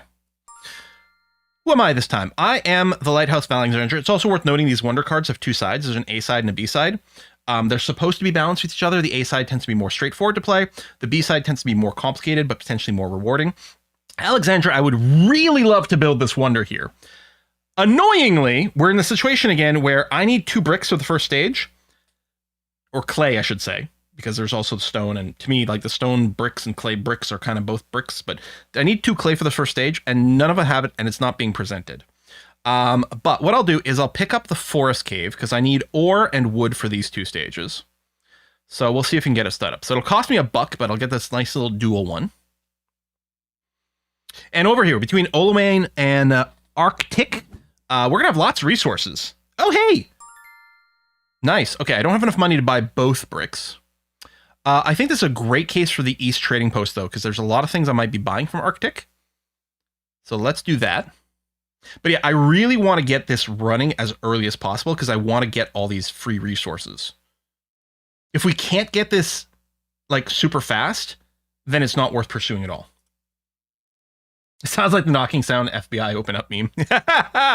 I think I can... Here, I can lower the volume. It might be really loud for you guys. I'm not sure what it's translating to. What I really need is I kind of need 1 brick on my own to get things started, because then I could just pay $1 to do this, and then I'd have 1... I mean, it's a wild card. I don't get to use all 4 of these resources simultaneously, but each turn I can use any one of these resources. It's also worth noting you can't trade for these. I already have a glass built in. And theoretically, I'm going to get this.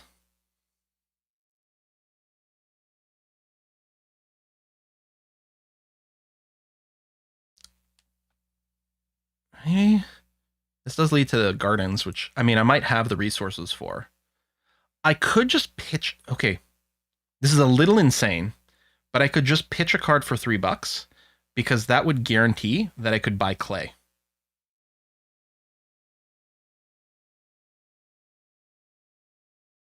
I don't like doing that move, normally, but I really want to get my Wonder going. Especially, and mostly what it is because so often I do end up ignoring the Wonder, and I ignored the Wonder last round. I really want to establish the Wonder, so I'm going to do this. I'm not saying this is a good move. I'm just saying this is the move I chose to do.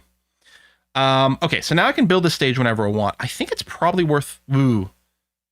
The nice thing about the marketplace is it does get you the... It's a prereq for the caravansary for free.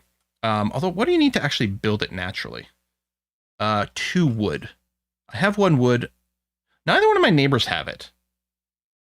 All right, I'll buy this. The problem with the marketplace is neither one of my neighbors have the gray resources to trade for. I'm picking this up purely as a prerequisite to caravansary because I would hate to miss it. Although, wait, hold on. I'm going to have wood from this. Never mind. Change of plans. Shit, I changed it too slow. Damn it. Okay, I could get the clay pit for my own clay production. I could also grab the West Trading Post. That way I'd be buying cheap stuff from both my neighbors while kind of being a bit of a wild card setup over here.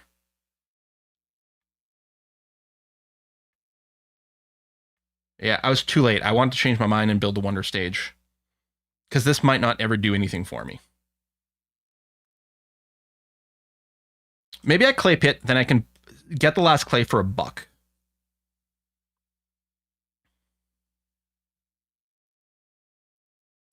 Sure.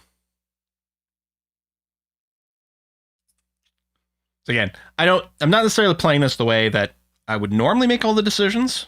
It might pay off huge or it might not. Hey, we won game 1. And with 7 players, you know, if I come in top 3, I consider that a win. If I come in 4th, I consider that a push. So we're well ahead of the curve today. See you, Bjorn.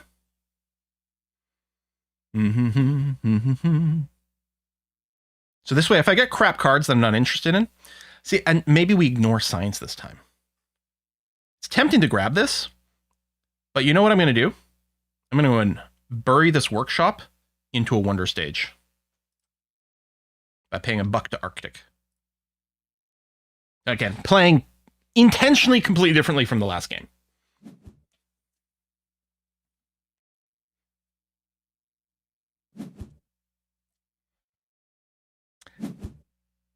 Was Ginger Cookie Babylon last time?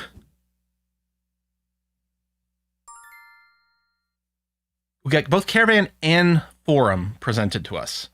That is a little annoying because I ultimately want both.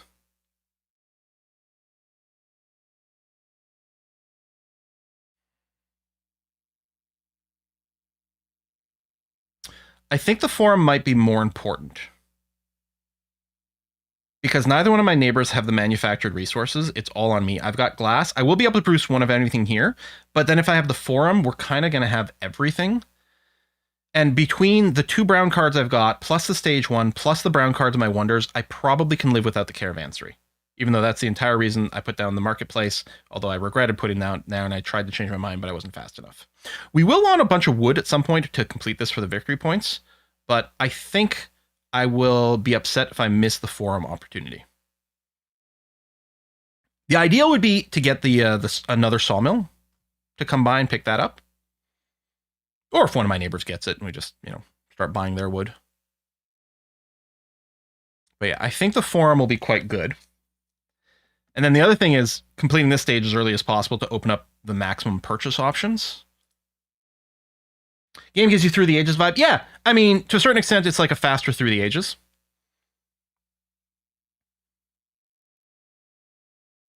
What's that game I just played?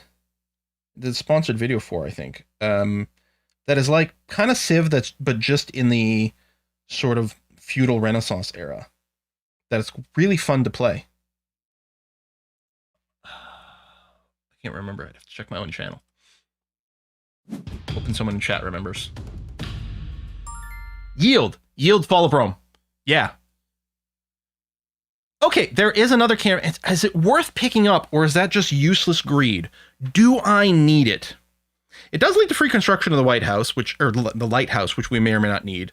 And the Lighthouse is... We do have a lot of yellow cards. Lighthouse would actually be worth decent amount of victory points. F it, let's do it.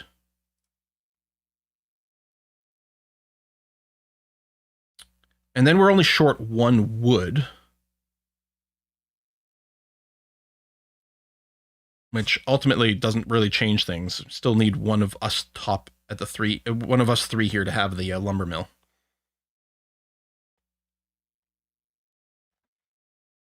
All in on yellow cards, and then try to draft a couple of lighthouses. The thing is, we're going to end up with this amazing economy. We're going to have no victory points, right? Whereas last game, I kind of went all in on victory points right away, and really what had to be reliant on the free buildings. Well, this is shite, but this is a good one for us to just go and bury a card.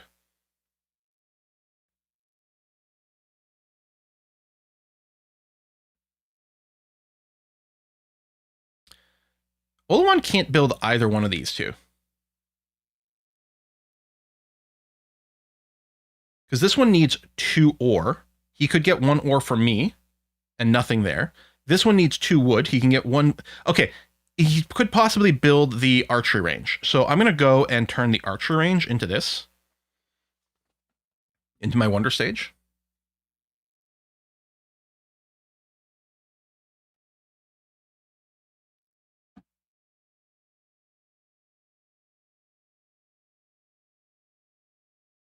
It's actually impressive that he's managed to build 2 wonder stages, so few resources here. But he did get some extra money, and he can buy cheap resources from Jenkins, and Jenkins does have a lot.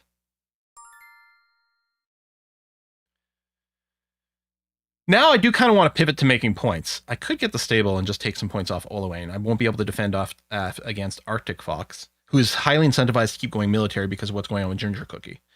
It might be a little late to pivot into science, but it's some guaranteed victory points, and at this point, I kind of need to get some victory points happening. Vineyard would give me a fairly decent amount of cash, but I don't think I have to worry about it. Winery all in, yeah. Did we ever play, there's a great board game that is on here called Distilled, which is about running breweries. Amazingly fun. I can't remember if we did it. It takes a little bit longer. It's not super long, but it definitely takes longer, and definitely would take more like a tutorial to get people started. Like here, like if you've never played before and you just jump in, you'll probably lose your first game. But by the end of the game, you should be like, okay, I get it. I feel good. I feel confident. I didn't actually need to read a manual to understand how to play. Whereas, the other thing might be quite different. You have Distilled in real life. It's really good. I guess I'll go library for the double clay tablet, because it's worth more points now. Although if we can get the combos, it's better, but we'll see what we can do. The thing is, we got decent access to the manufactured resources. So at this point, like, we've got so many wild cards, we can do a lot of building. The problem is, at this point, I'm betting there's no more wood. I bet you we never finish our final stage, which is really disappointing. Because there's no more just plain wood cards in the Act 3. So unless it happens this round somehow with, like, well, we know Olwyn doesn't have it, so unless Arctic got past another lumber mill and builds it, we're not going to get to build the final stage. Although if they do get that, then they know they're going to get some money from me. I don't think I need a loom. See, this is such a terrible turn. I don't need a loom. I could trash it for $3, but I also don't need $3. And I can't build a wonder stage. I guess I'll take it. Womp womp. Mm-hmm.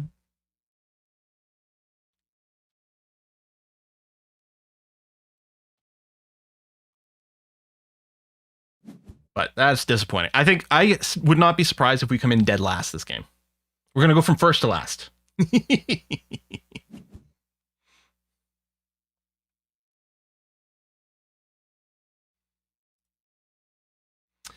And yet, no wood. We're not going to... And that's really disappointing, because that's 7 victory points just sitting there. Plus all the stuff that interacts with, if you've completed your wonder, or for every wonder stage, or blah, blah, blah, blah, blah, blah, blah.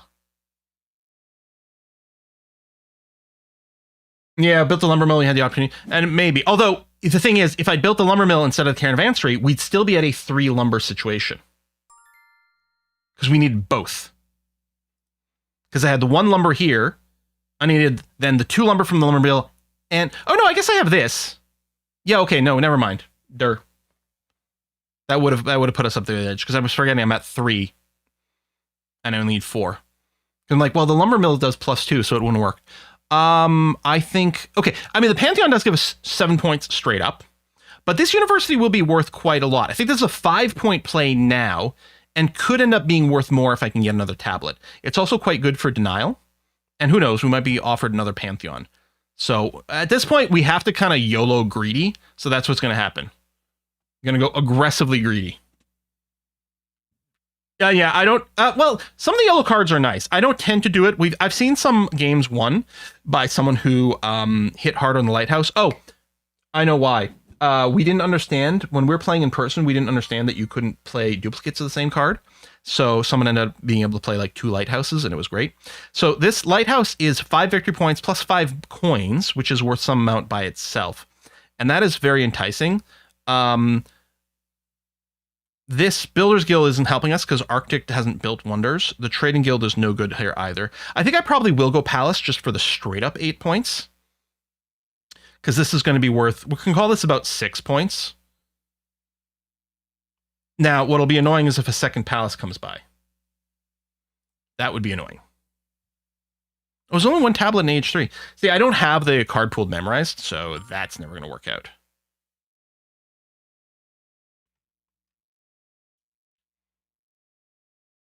So this is worth only 1 point right now. Could be worth more if I complete a set. This doesn't matter. No, let's just go for the Senate. I probably, when in doubt, really, I don't usually go for the speculative plays. I mean, maybe like Age 1, because Age 1, everything is speculative. Usually I go for the guaranteed ones. Yeah, I think we're going from first to last on this one. And I didn't feel confident about the start, but as I was saying, well, I'm going to do this because it's different from how I normally do it. But maybe there's a reason I normally do it another way. This is also an interesting possibility, because it would put me ahead of Oliwayne, but it wouldn't do anything against Arctic. If I got a second 3 military, then maybe it's... Oh, but there you go. He played some more military there. That's worth 2 points. That'll be worth 1, maybe more if something gets passed, but we don't know. Maybe I just do this just to do that. Although he's incentivized to play quite a lot and will be extra. I might take it. I don't know. Man! And yeah, you've played another military card, so playing a second triple won't put me ahead of Arctic. You know what? Screw it. I don't think we're going to get the science. Oh, you did play military anyway, so the military would have been disappointing. Oh, there we go. Cool. Hey, that worked out. Wow, all the science cards were clumped. But it's nice because we already played an academy and a university, which is why they're X'd out. So I'm going to lose some more points from losing the military game. We might not be dead last. We might not be dead last.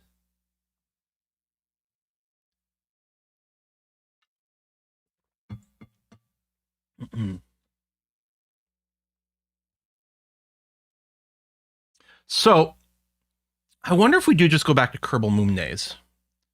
Or Good Mood Mondays. I am really tempted to go and play some more Whispers of the House or Tiny Bookshop. But Kerbal Moon Days does have a really good ring to it. Okay, we need some calculations here. First of all, what would the Chamber of Commerce give me? It would just give me 2 victory points and 2 coins. And the 2 coins wouldn't round to an extra victory point. So this is just a 2 victory point play. This is just going to be a 3-point play. Or no, it's going to be more because it's going to count as a 4th tablet of this. So it's going to be worth 9 points. Yeah, that's quite good. I will lose 1 victory point from paying $1. That's okay. The 7 wonders. Who, what, when, where, how, why, and huh? Yeah, Scientist Guild last card is insane. That's one of the highest value cards possibly in the game. And people were probably... Well, no one else has gone science. I guess Ginger Cookie is the only other person with some science and might not have been able to build it. But that was a big save there for probably not being last. Although barely, because the military score is a huge thing. Are we second last? I think we might be second last. Yeah. Yeah, not great, but there you go. Long KSP play would be great, plus some bookshop add-in to mix it up would be a wonderful week, yeah. So I think Monday, I think, is very much going to be a toss-up between one of the cozy games and KSP, possibly KSP just because the name's so good.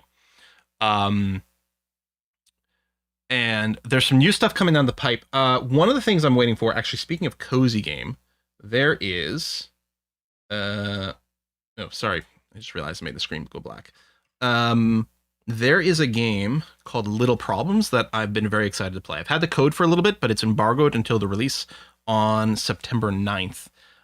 Little Problems is a cozy detective game, and I thought it'd be nice to probably try for a stream. Apparently, we've been doing sort of a cozy sort of stream of things. I didn't realize the green screen was showing slightly. And so that might be something we're going to check out. This 9th would be what, Wednesday? 29, yeah. So maybe Wednesday I actually check out Little Problems briefly, and then maybe we figure out which one of the 3 cozy games we continue. That might be the right way to do it. We'll see. And of course, it always depends on my mood a little bit. For now, A Kiss for Luck is starting up her stream momentarily. What is on the schedule over there? Some Spirit Island to start off with. Oh, and ICBM. So give them some love over there. I think Rhino is going to be doing a bunch of the streaming. And for some reason, YouTube chat, I still can't paste again for some reason. I have no idea.